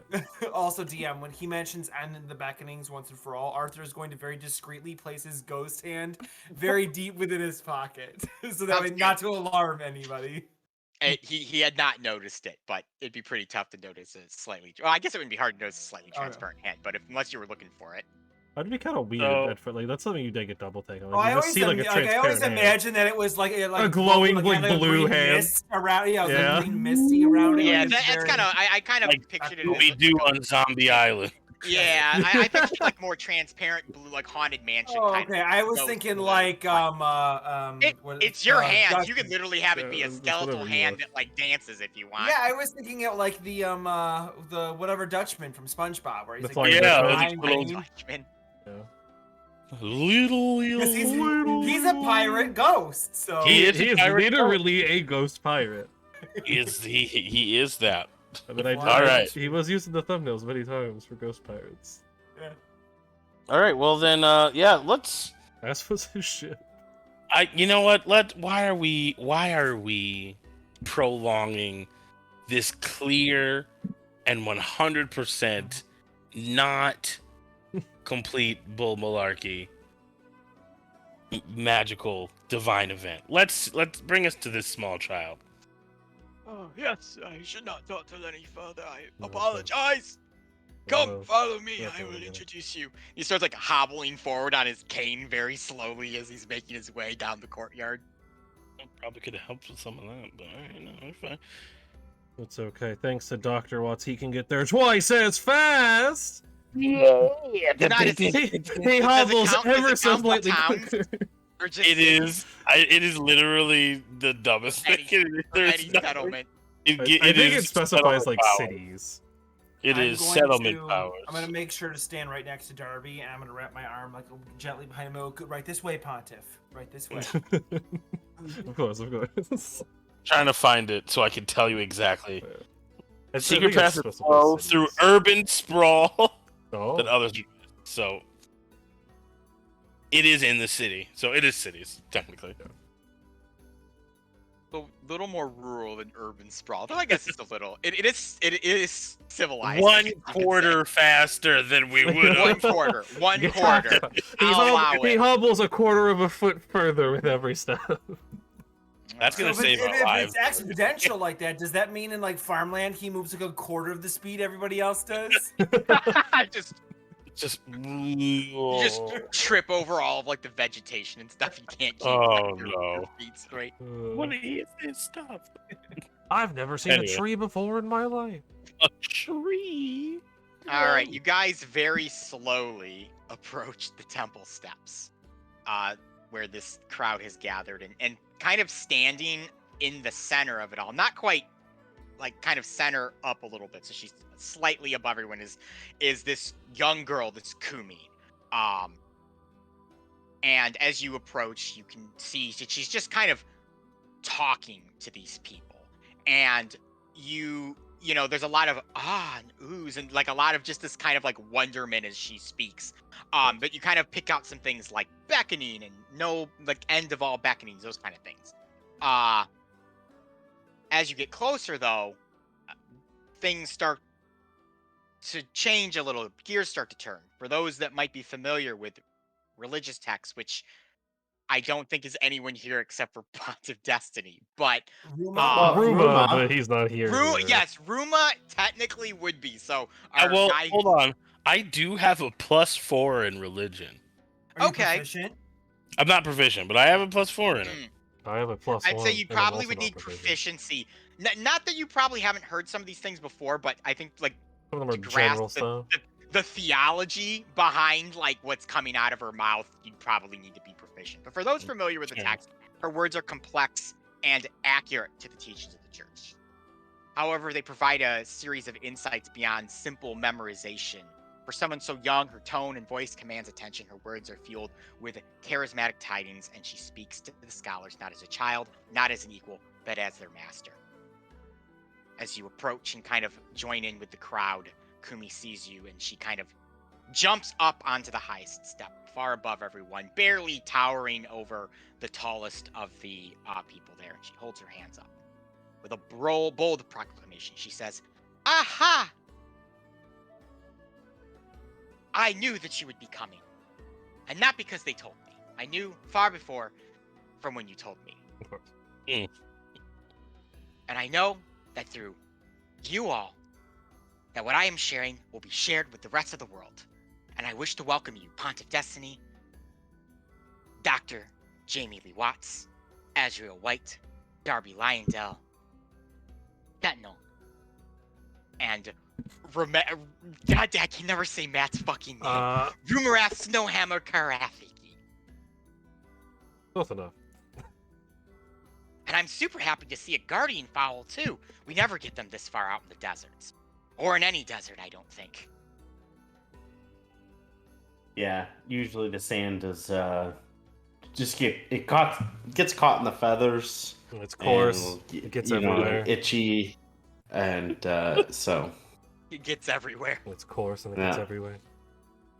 Okay, I had a vision of hugging you. Can I do that? Sure.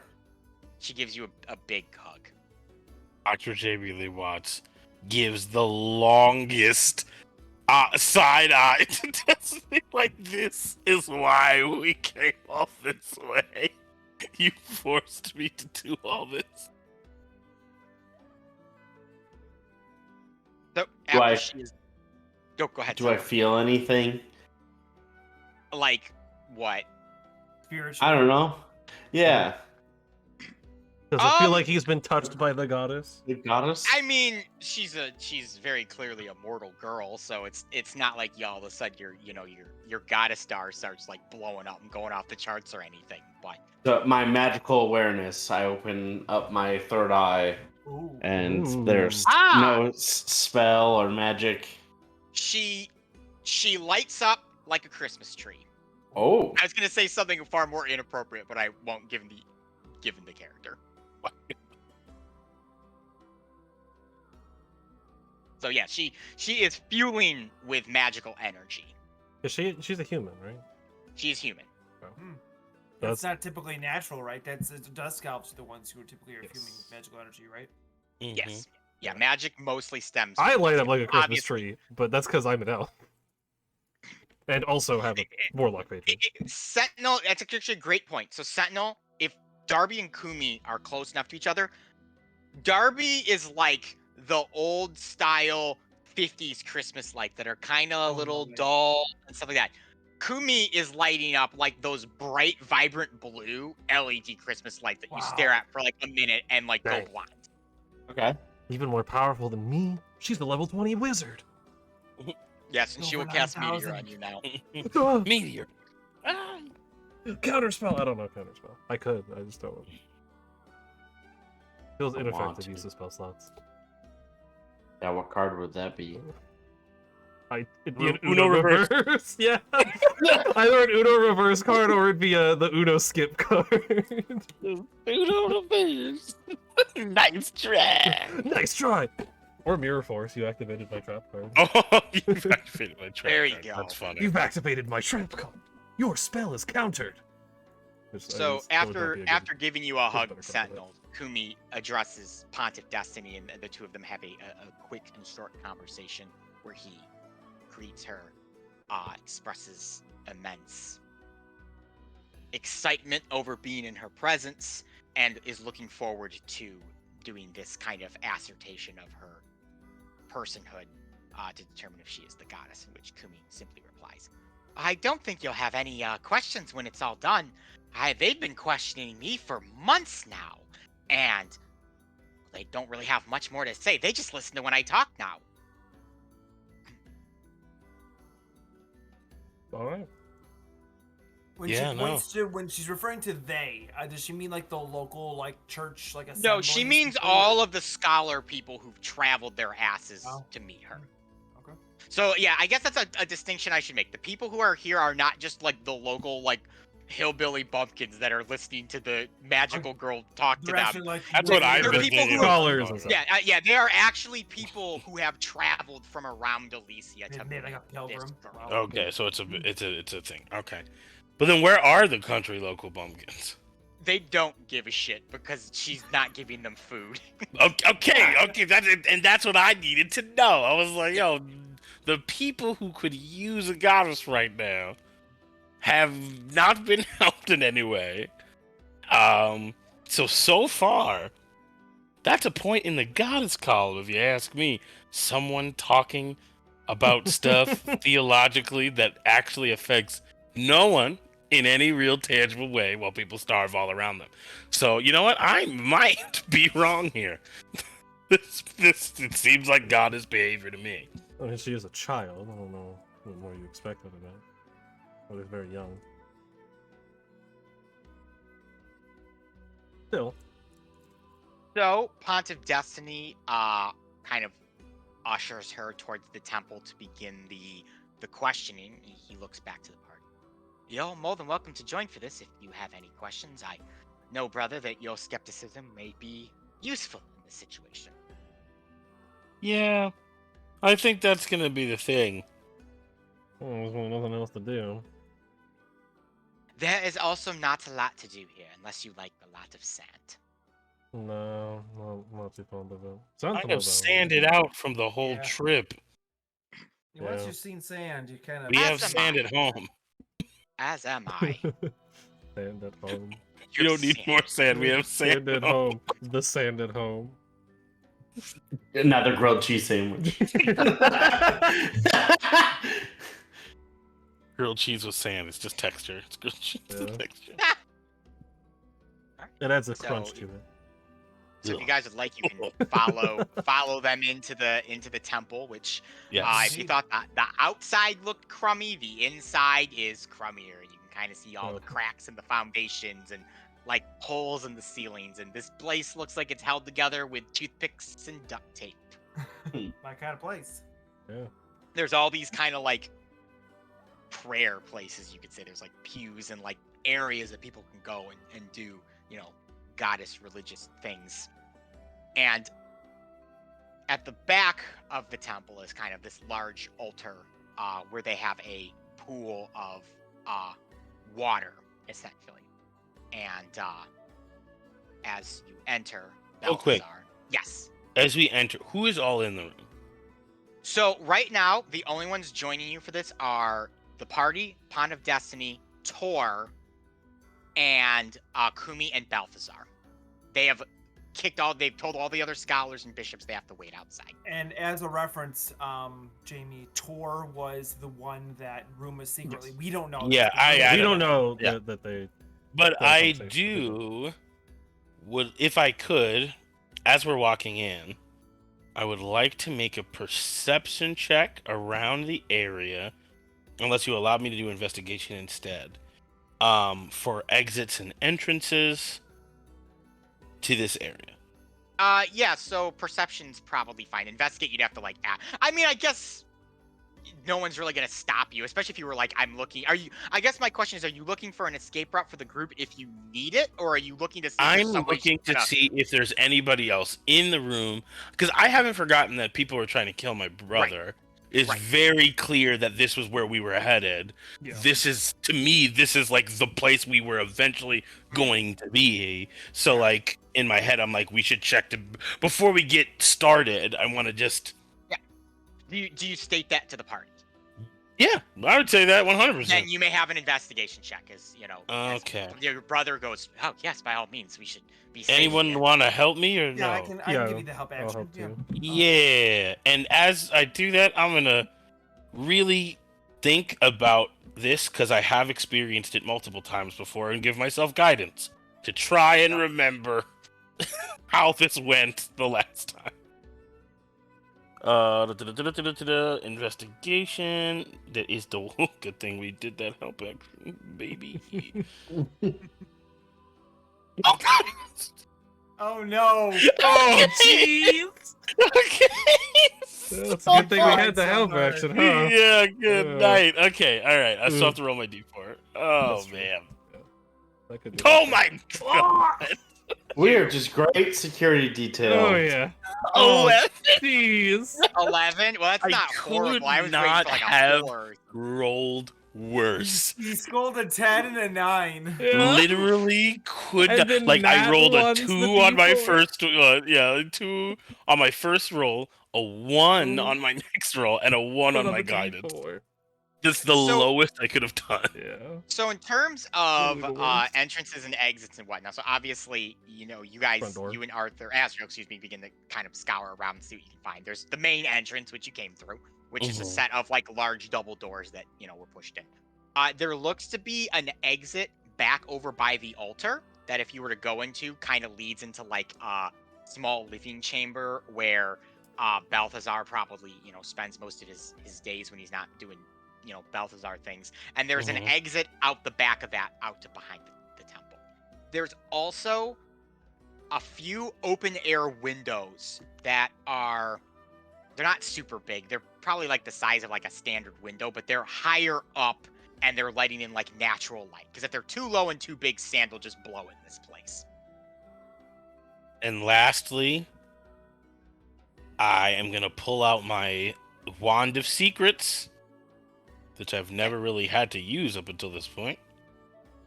And I am going to expend one of the charges, and if there's a secret door or trap door within 30 feet of me, it points to the nearest one of those. Okay, yeah, so you activate it, and there is actually a secret trap door under the altar. I'm gonna go over. So you're gonna see me like rub through my stuff. I'm gonna be like, ugh. I sigh a little bit as this is beneath me. Yeah. Then I go Resorting to the arcane arts. It divine rods me to the thing. I will go and I will open it. Okay. While you're doing this, Balthazar and Kumi are kind of just eyeing you oddly, and she kind of looks over at him and is like, "Why is he going into the bunker?" And you go down, and it's like a hiding bunker if this place ever came under attack. He's Got just making sure we had an And there are assassination no attempt. There's nobody inside. Exit. Yeah, there's no one in there, and there's really no exits outside that main way. It's really just designed of like, oh, the temple's under attack. You can't do anything, Bishop. Hide and hope no one finds you and no one like blocks this. Yeah. Well, then I'll come back upstairs and be like, seems clear. Let's get this dog and pony show on the road. Excellent. Thank you, brother. That puts me at ease a little bit. Mm-hmm. No assassins hiding in the walls.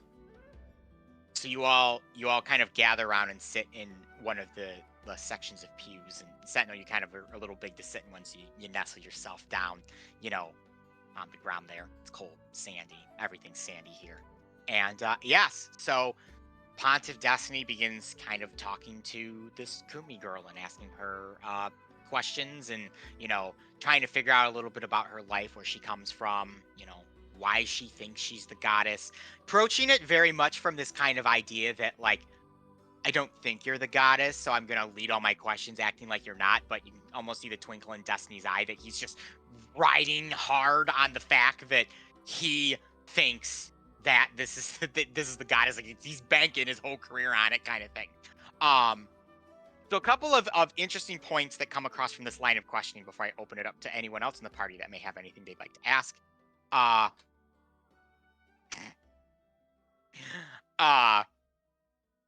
That was funny. Did you post that in the main Discord or just I me? did. Yeah, I just did it in the main Discord. Just say it. For those of you watching back on the lovely, as we were talking, I said if Sentinel was a guardian squirrel, he would have sandy cheeks. All right, keep it going. Yeah. Yep. So a couple things that you ascertain from Kumi here. So she is 14, as was stated. She was born outside of Celos, since the city town has only been here for 6 years. But her family moved her to Celos. When Celos was created, it was pitched as this big opportunity for people. Come to the City of Unity and you will be prosperous and da da da da da. So her family, who is very poor, traveled out there, and they've been here ever since in abject poverty without much in the way of seemingly getting out of it. That is until 5 years ago, because the town is 6 years old. After being here a year, Kumi began to experience these, not visions, but these feelings of knowledge and knowing who and what they were, that they are the goddess Risa, and they began to have all of these memories pop in, almost as if someone was telling them all of these memories and all of these stories, and they began flooding back. She begins to recite stories from the religious texts, many of which are common knowledge to anyone who follows the church's teachings, but much like with the other scholars, she begins to go into the information a little bit on that next level that the average person might not be able to. And I apologize, there's not more detail. I did not feel like writing out entire religious texts for my made-up religion. This is a travesty. I can understand why everyone has left the chat. Yep, our chat. Of course. Group.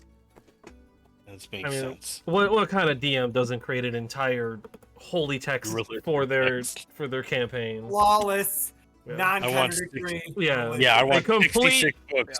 Full 9,000 page. Here's the religious 900-page text of religious documentation of Elyssia. Please read want a party before full- attending. This is Silmarillion. mandatory reading. It will be on the test I've during the redacted campaign. which you don't know because you are incapable of knowing it. Yeah, all right. Please do not read So- pages 85 to 92. So Kumi, she shares these thoughts and these feelings, tells these stories, and everyone's very, very skeptical. Until she begins to start performing these wild miracles.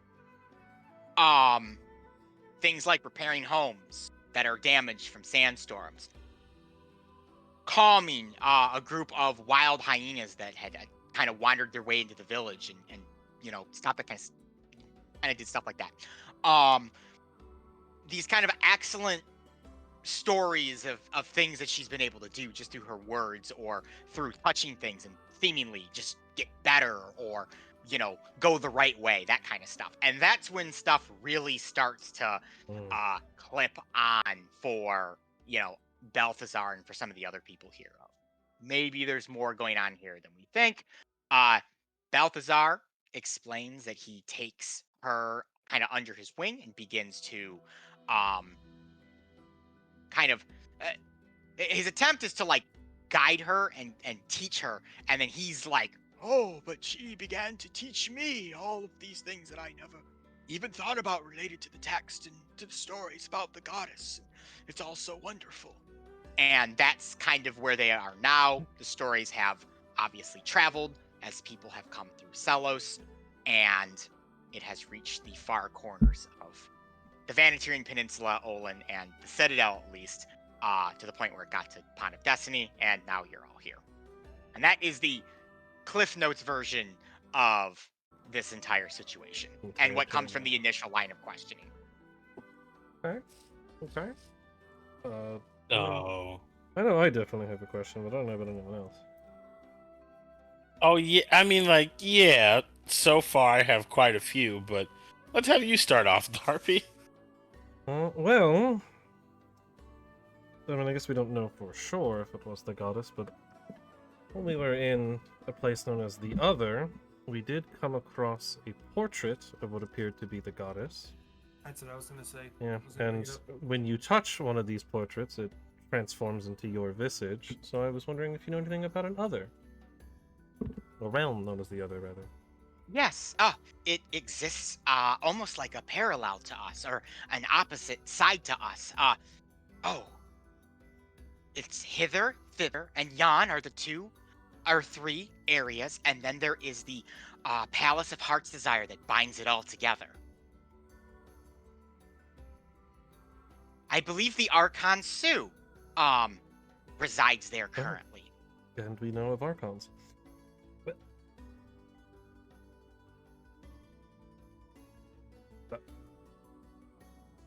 I mean, I got no other I was not expecting to be so thorough. I'm not gonna lie. Brennan, just an expression if I could like screen cap it. It's been pretty funny. That was absolute surprise. All right, no, sure. I thought that was gonna be the big stumper. Wow, you're the first person to ever ask about that. Oh, well, we were there. I just thought it was like a whatever. It was pretty whatever while we were there.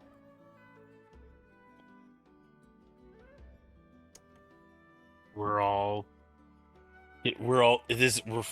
is it. This is it. I mean, we could sit here and ask about Gamar and whatnot, or I could, but doesn't seem to be a real point in that. It doesn't really further proving or disproving if she's the goddess. It just shows she's someone. I guess if I've got one, I guess it's more of a personal question: is if the assumption were to be that you are the goddess reincarnated, why? Like, why you? Why now? Like, what is the purpose of returning? That has been something that I have been trying to figure out for myself, to figure out what my mission is. I believe it's to end the beckonings once and for all. Is there a beckoning currently happening? Define currently happening? I'm going to show her my hand. Oh. I sense a weird energy coming from you, and I didn't want to say anything. Oh, yes, I would say that we are in a beckoning right now, or at least at the start of a beckoning. Nothing's really started to come out of the ground yet, but when it does, it's going to get real nasty. Did that rattle Destiny or anybody else in the room that are having? Yeah, Destiny's concerned, because everyone's been saying there's no beckoning that's happening right now to kind of quell the masses. So Destiny's a little like, oh, it does. Okay. So, if the goddess would be reincarnated for back to potentially stop a beckoning, would that lead to Braska being reincarnated to create said beckoning? So is there someone out there that is Braska incarnate right now as well? Oh, well, no. Beckonings are a linger of his magic, so he is not of this earth anymore. He has been sent to the center of Elyssia where he resides, trapped forever. And I guess not being versed in the religion, I guess as much as I probably should be, but you died and could come back, so what stops him from doing the same? I do. Oh, fair enough. Fair. But you can't stop the beckoning. Yeah. That's what I'm here, is to stop the beckoning.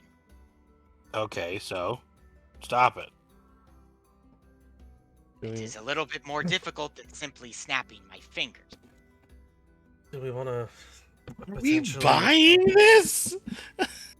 Do we want Talking Jamie's looking around like, are we buying this? Is this it? Do we want to bring up anything regarding a particular recipe at all, or do we want to leave that out of the hands of the other people in the room? Okay, yes. Let's leave our recipes to ourselves for now, because not everybody of this people are in the kitchen. Here's the situation we're finding ourselves in from one of the saner people in the room. This child has magic powers, something that a lot of people have, and performs magic, things of which a lot of people can do. And instead of sending her to the school who studies such things, you decided to profit off of the concept of the goddess to make your very poor town important. I'm guessing that people have come far and wide to see this girl, who you've told was the god that took under your wing, told was this stuff, and has, in fairness, a great amount of knowledge that can be achieved through magic right now. I haven't done anything malicious. Not you. I'm talking to the adults in the room who are to profit off of this. The child wanted to meet those people. I was simply doing as the goddess wishes. We have taken no donation from the people who have come. Kumi has refused it. Oh, well, that's a principle there. Yeah, they don't seem to be as lavishly respected as your brother there. Given the state of the room we're even in right now. Yeah, of course not. Right now it's, piety. That's how it starts. Until you get enough scholars and people flying their ships all the way over here to get everything officially ratified, and then boom, suddenly you're a hotspot destination of religious bombacity. Is that not what the people of the Citadel seemed to think was going to happen as soon as this conversation was done? They did in fact say that. Yeah, Destiny and Balthazar are unaware of that conversation, though. Since you're just throwing it out, okay? Yeah. That is fair.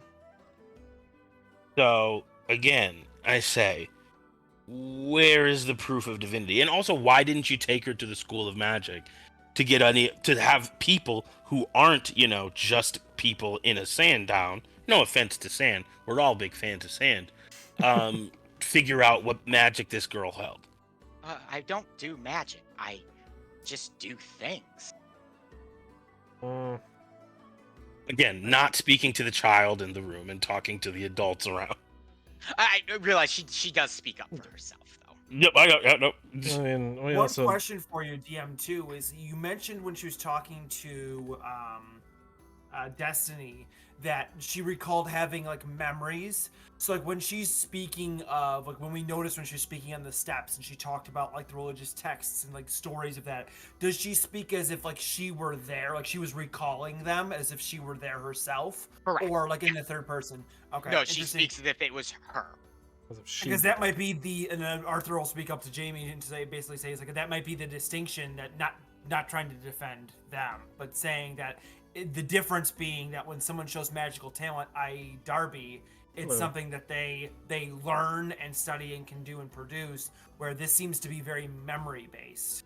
almost kind of like how there's a lot of different forms of magic. Yes. It's not just learned, that's wizards and stuff, but there is innate magic that exists within people. I've treated many a sorcerer of my day, which again strikes me to say, why didn't any of you adults in the room decide to take this girl to the place that would do that? But we do know someone who spontaneously came into So the he ability got to magic do powers magic and was They never phrase it as "I'm doing magic." It's always "This is happening. I don't know why." I've watched a woman rip a corpse out of the ground after being accosted with an otherworldly entity that took over their personality and body, and we didn't think that she was the goddess. So the question is, why didn't anyone send her to the place that studies these things? Looking at you, old guy. Well, I'm sure Plus, the the answer girl is not doing magic. We've had magic scholars come and test the girl, and they do not sense any magic within her. It's not as if she's a dusk elf like your friend there, who Hello. is naturally innate to it. So you had magic guys come and test them. Are they here? They are not. They left many years ago. Huh, that's convenient.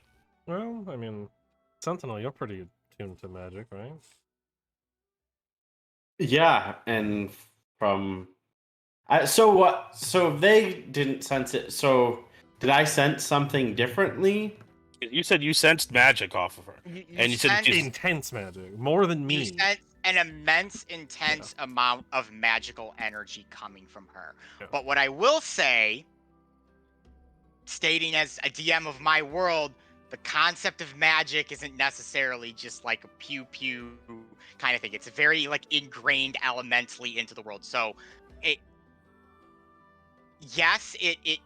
there, but it doesn't necessarily. I think the argument everyone's trying to make here, and I'm not trying to influence her, I'm just coming at this from a different perspective. I think the argument everyone's making here is because she grew like a Christmas tree and has magic, therefore she's not the goddess, doesn't mean the goddess itself didn't have magic at the time. yeah. But what I was saying is, the people said they tested her, they didn't have any magic. Sentinel clearly senses magic. Yeah. These people are not here. So again, I say, why is she here and not at the school that studies that? Because they could have easily done exactly what we're doing. Right now, you are asking my brother, who is a charlatan, just so everybody is aware. He's a charlatan. Appreciate if you don't badmouth me in front of everyone, brother. To come in here, ask a 14-year-old some questions on whether she's the most important person in the world, and then affect everybody around, and not one adult in this town thought to bring her to the place that studies this, which is why I am calling bullshit. I didn't want to leave Celos, though. This is my home. It has been for a long time. You didn't have to. No one said that she had to leave and never come back. But a child is not the one to make those kind of decisions when something is. You're clearly invested enough in this person to bring the pontiff here. That's a big leap. Again, adults, somebody speak up. My brother does mention a few good points here. There are other things that we could have done to test the girl before summoning me, though I did come here of my own accord, not because Celos summoned me. But there are ways this could have been done earlier and sooner. Balthazar? I was merely following what the girl asked of us, and she asked to remain in the city and to speak to people that came here. I do not have a better answer than that. Okay. I mean, as far as the timeline here too, right? She's been essentially performing miracles for the last 5 years, and See, no okay, one's so this really done anything about that over 5 years. That's a long He did time. say he had people come out. I mean, that yeah, people was have his come, purpose but are. not a lot has happened in 5 years, and this town has been and pretty much in shambles for the entire time it's been here, from my understanding. eating rotten, spoiled meat in the sand. And these magic people that you sent off clearly didn't think it was anything magical and didn't think to bring the magic people, the other magic people involved. So again, either you want her to be the goddess, which is fine to say, but that does not make her the goddess. Magic is not divine. It is science. You can figure it out. So again, why didn't anyone try? Unless the answer is you want her to be the goddess. It is true. I want her to be the goddess. I think Okay. a great many people here want her to be the goddess. Well, then we can start on a level of honesty here. Okay? Now, you, Kumi, you weren't born the goddess, correct? I didn't start getting any of the memories until 5 years ago. So, what are your mom and dad like? They are, well, my dad was a fisherman at one time, and my Mhm. mother did, textiles, and she kind of made clothes and stuff like that for people. And then they came out here, and, well, there isn't much to fish unless you want to fish for sand beasts, and so my dad's been in a hunting party before he was, unfortunately, killed in one of the hunting parties, and my mom's been, well, still making clothes for people and mending things. And she is where in the room? She is not here. I know, Davey is making a statement. I see what you're He's being saying. snarky about it. Adults, this child's parent? You keep talking like I'm a child, and I feel like I am an adult. I mean, we all felt that way when we were your age, let's be honest. I don't need my mother you have to a- tell me what to do. Do you have a good relationship with your mom? For the most part. Did she think she'd want to see you at your coronation, or did she just decide to make clothes today? She kind of looks to Pond of Destiny. Are we coronating me right today? Well, that would probably come at a later date, but at that Aunt point... has come to town to see her little girl, and she is where? She is in the village right now, most likely working. That doesn't strike anybody as odd. It's a difficult life here in Yeah. Salos. The It's a poor town. Yeah, town struggles and I wouldn't think think that it that weird if we were a Niggerith either, honestly. I think that a mother who cares about their child will take a day off of work when the pontiff comes to town to tell everybody that their only child, I'm assuming you don't have brothers and sisters, No, I am only. is the goddess. Come on. I understand your point, Jamie, but disparaging the poor girl's mother in front of her is probably not the best. What I'm saying is that if the mother believed that she was the goddess, she'd be here. So Really, what I I'm don't know asking how much is, of a help she would even be if she were here, though. But Every if she parent wants their child to believed- succeed in their dreams. if she believed that her child was the goddess, she'd be here. So I'm asking you what you remember before you were the goddess. Is the question I'm trying to get at. Your parent isn't here. So they at least in some capacity, don't believe this is real. So what happened? There was a day that you weren't the goddess, and your parents knew that, and now it's today. So what happened that day? She thinks for a moment. I remember that I was out in the sands. I was just playing. I mean, I was 9 at the time. And I was playing with some of the other children. And I was over by the oasis. And when we were playing, I tripped and I fell into the waters. And when I came out of them, it was almost like the sun felt hotter and the wind felt different. It was like it tingled my skin in some way. And it was like all of these thoughts and feelings and memories came rushing back to me like a flood. Like I was dunked into the water and risen out of it. It's like they were all just forced upon me at that moment.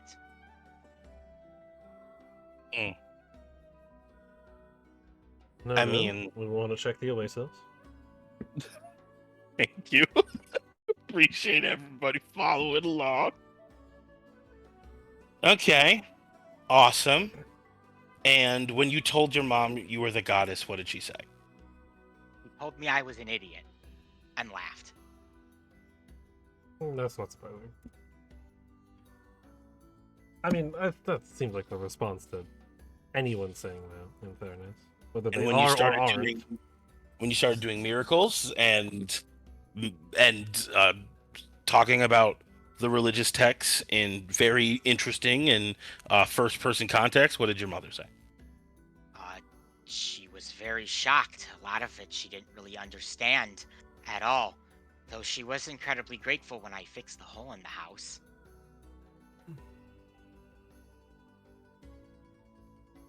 And your mom and your father, magic run in your family? Not that I'm aware of. They're both Okay. human, unless they got Dusk Elf in them, but I wouldn't know. Okay. See, he looks over at Destiny. See, these are the questions that you ask when you're having a medical examination, because magic isn't medicine. I believe that our line of questioning for the day is probably... It's good to leave it. Maybe pick it up in the morning. Come at it with fresh faces. With everyone stated that it's been a long conversation. There are definitely some opinions on certain things, and things that I must ascertain as pontiff. Yeah, we have some stuff we got to check out too. Yeah, there's plenty to think on. There's definitely some things point to magic, some things point to not magic. There's a lot of interesting stuff here. Balthazar, I thank you for your time. Kumi, I thank you for your time. And we'll convene again in the morning. How does that sound, everyone? Sounds great. I'm like a plan. Okay. You guys rise and begin making your way out of the temple. And you are standing in the courtyard. You see Pontiff Destiny kind of walk over to the statue of the goddess and place a hand on it for a moment. Kind of clutch it, fingers scraping off the fragmented sand that has kind of encrusted the statue. He turns back to the party and he says, "That girl is in no way the goddess." Yeah, I'm aware. I'm glad you are, brother. Though it did not take your words to necessarily convince me there's something incredibly off here with both Balthazar and the entire situation. I'm glad that for the first time in a long time, Desi, I feel like we are in the same lockstep. That is clearly... Something is clearly going on here. There is no way a mother would not be around her child for something like this. There's also no way this old man is just ascertaining this child's whims. This whole town. There's something wrong with it. If the goddess was here, it would be obvious.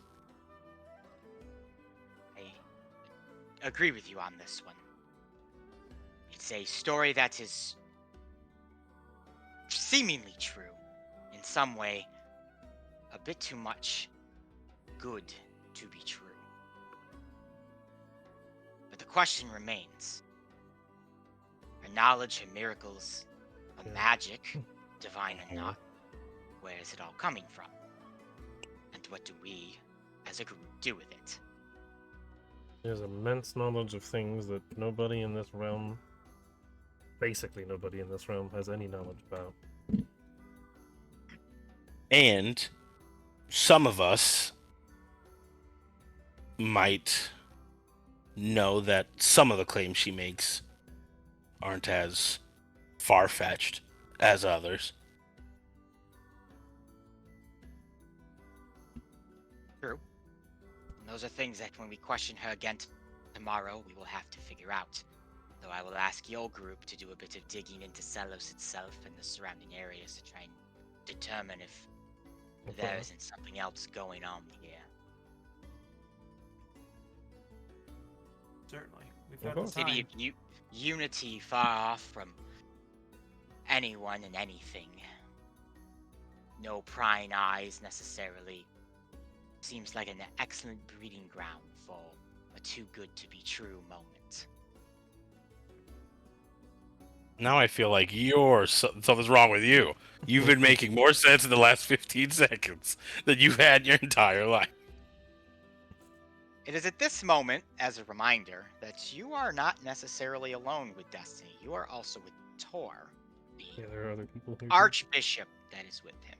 And as Pontiff Destiny begins to maybe have his own crisis of faith, or is, finally putting two and two together, possibly. You see this Tor kind of slip over to him, begin to speak. Pontiff, you are speaking in crazed sort of nonsense right now. It's so very clear you should not allow the ramblings of your brother to influence your divine and holy mind. And as he places a hand upon Destiny's shoulder, you watch as a blast erupts upon your brother and sends him square across the courtyard. Writhed in a ball of flame, and Tor turns to you, smiles, and says, Ruma, I believe now is the time that we end this little charade, so that we can continue the charade of our own and enact a goddess that is worth worshipping. And that is where we won this session tonight.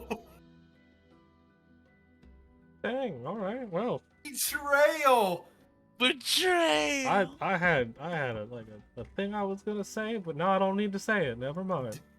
Did we What were you have? gonna say, Did anybody Garth? have I was gonna fireballing Jesse on their bingo card? Because I certainly did. No, I didn't. I was gonna ask the party if we know that we're kind of getting away from the big honchos, if we wanted to go ask her about the map pieces and see what she knows about them and whatnot. Since she has immense knowledge of things that she shouldn't know. Disgrace. But I don't think we need to have that conversation right now. We can deal with that later. No.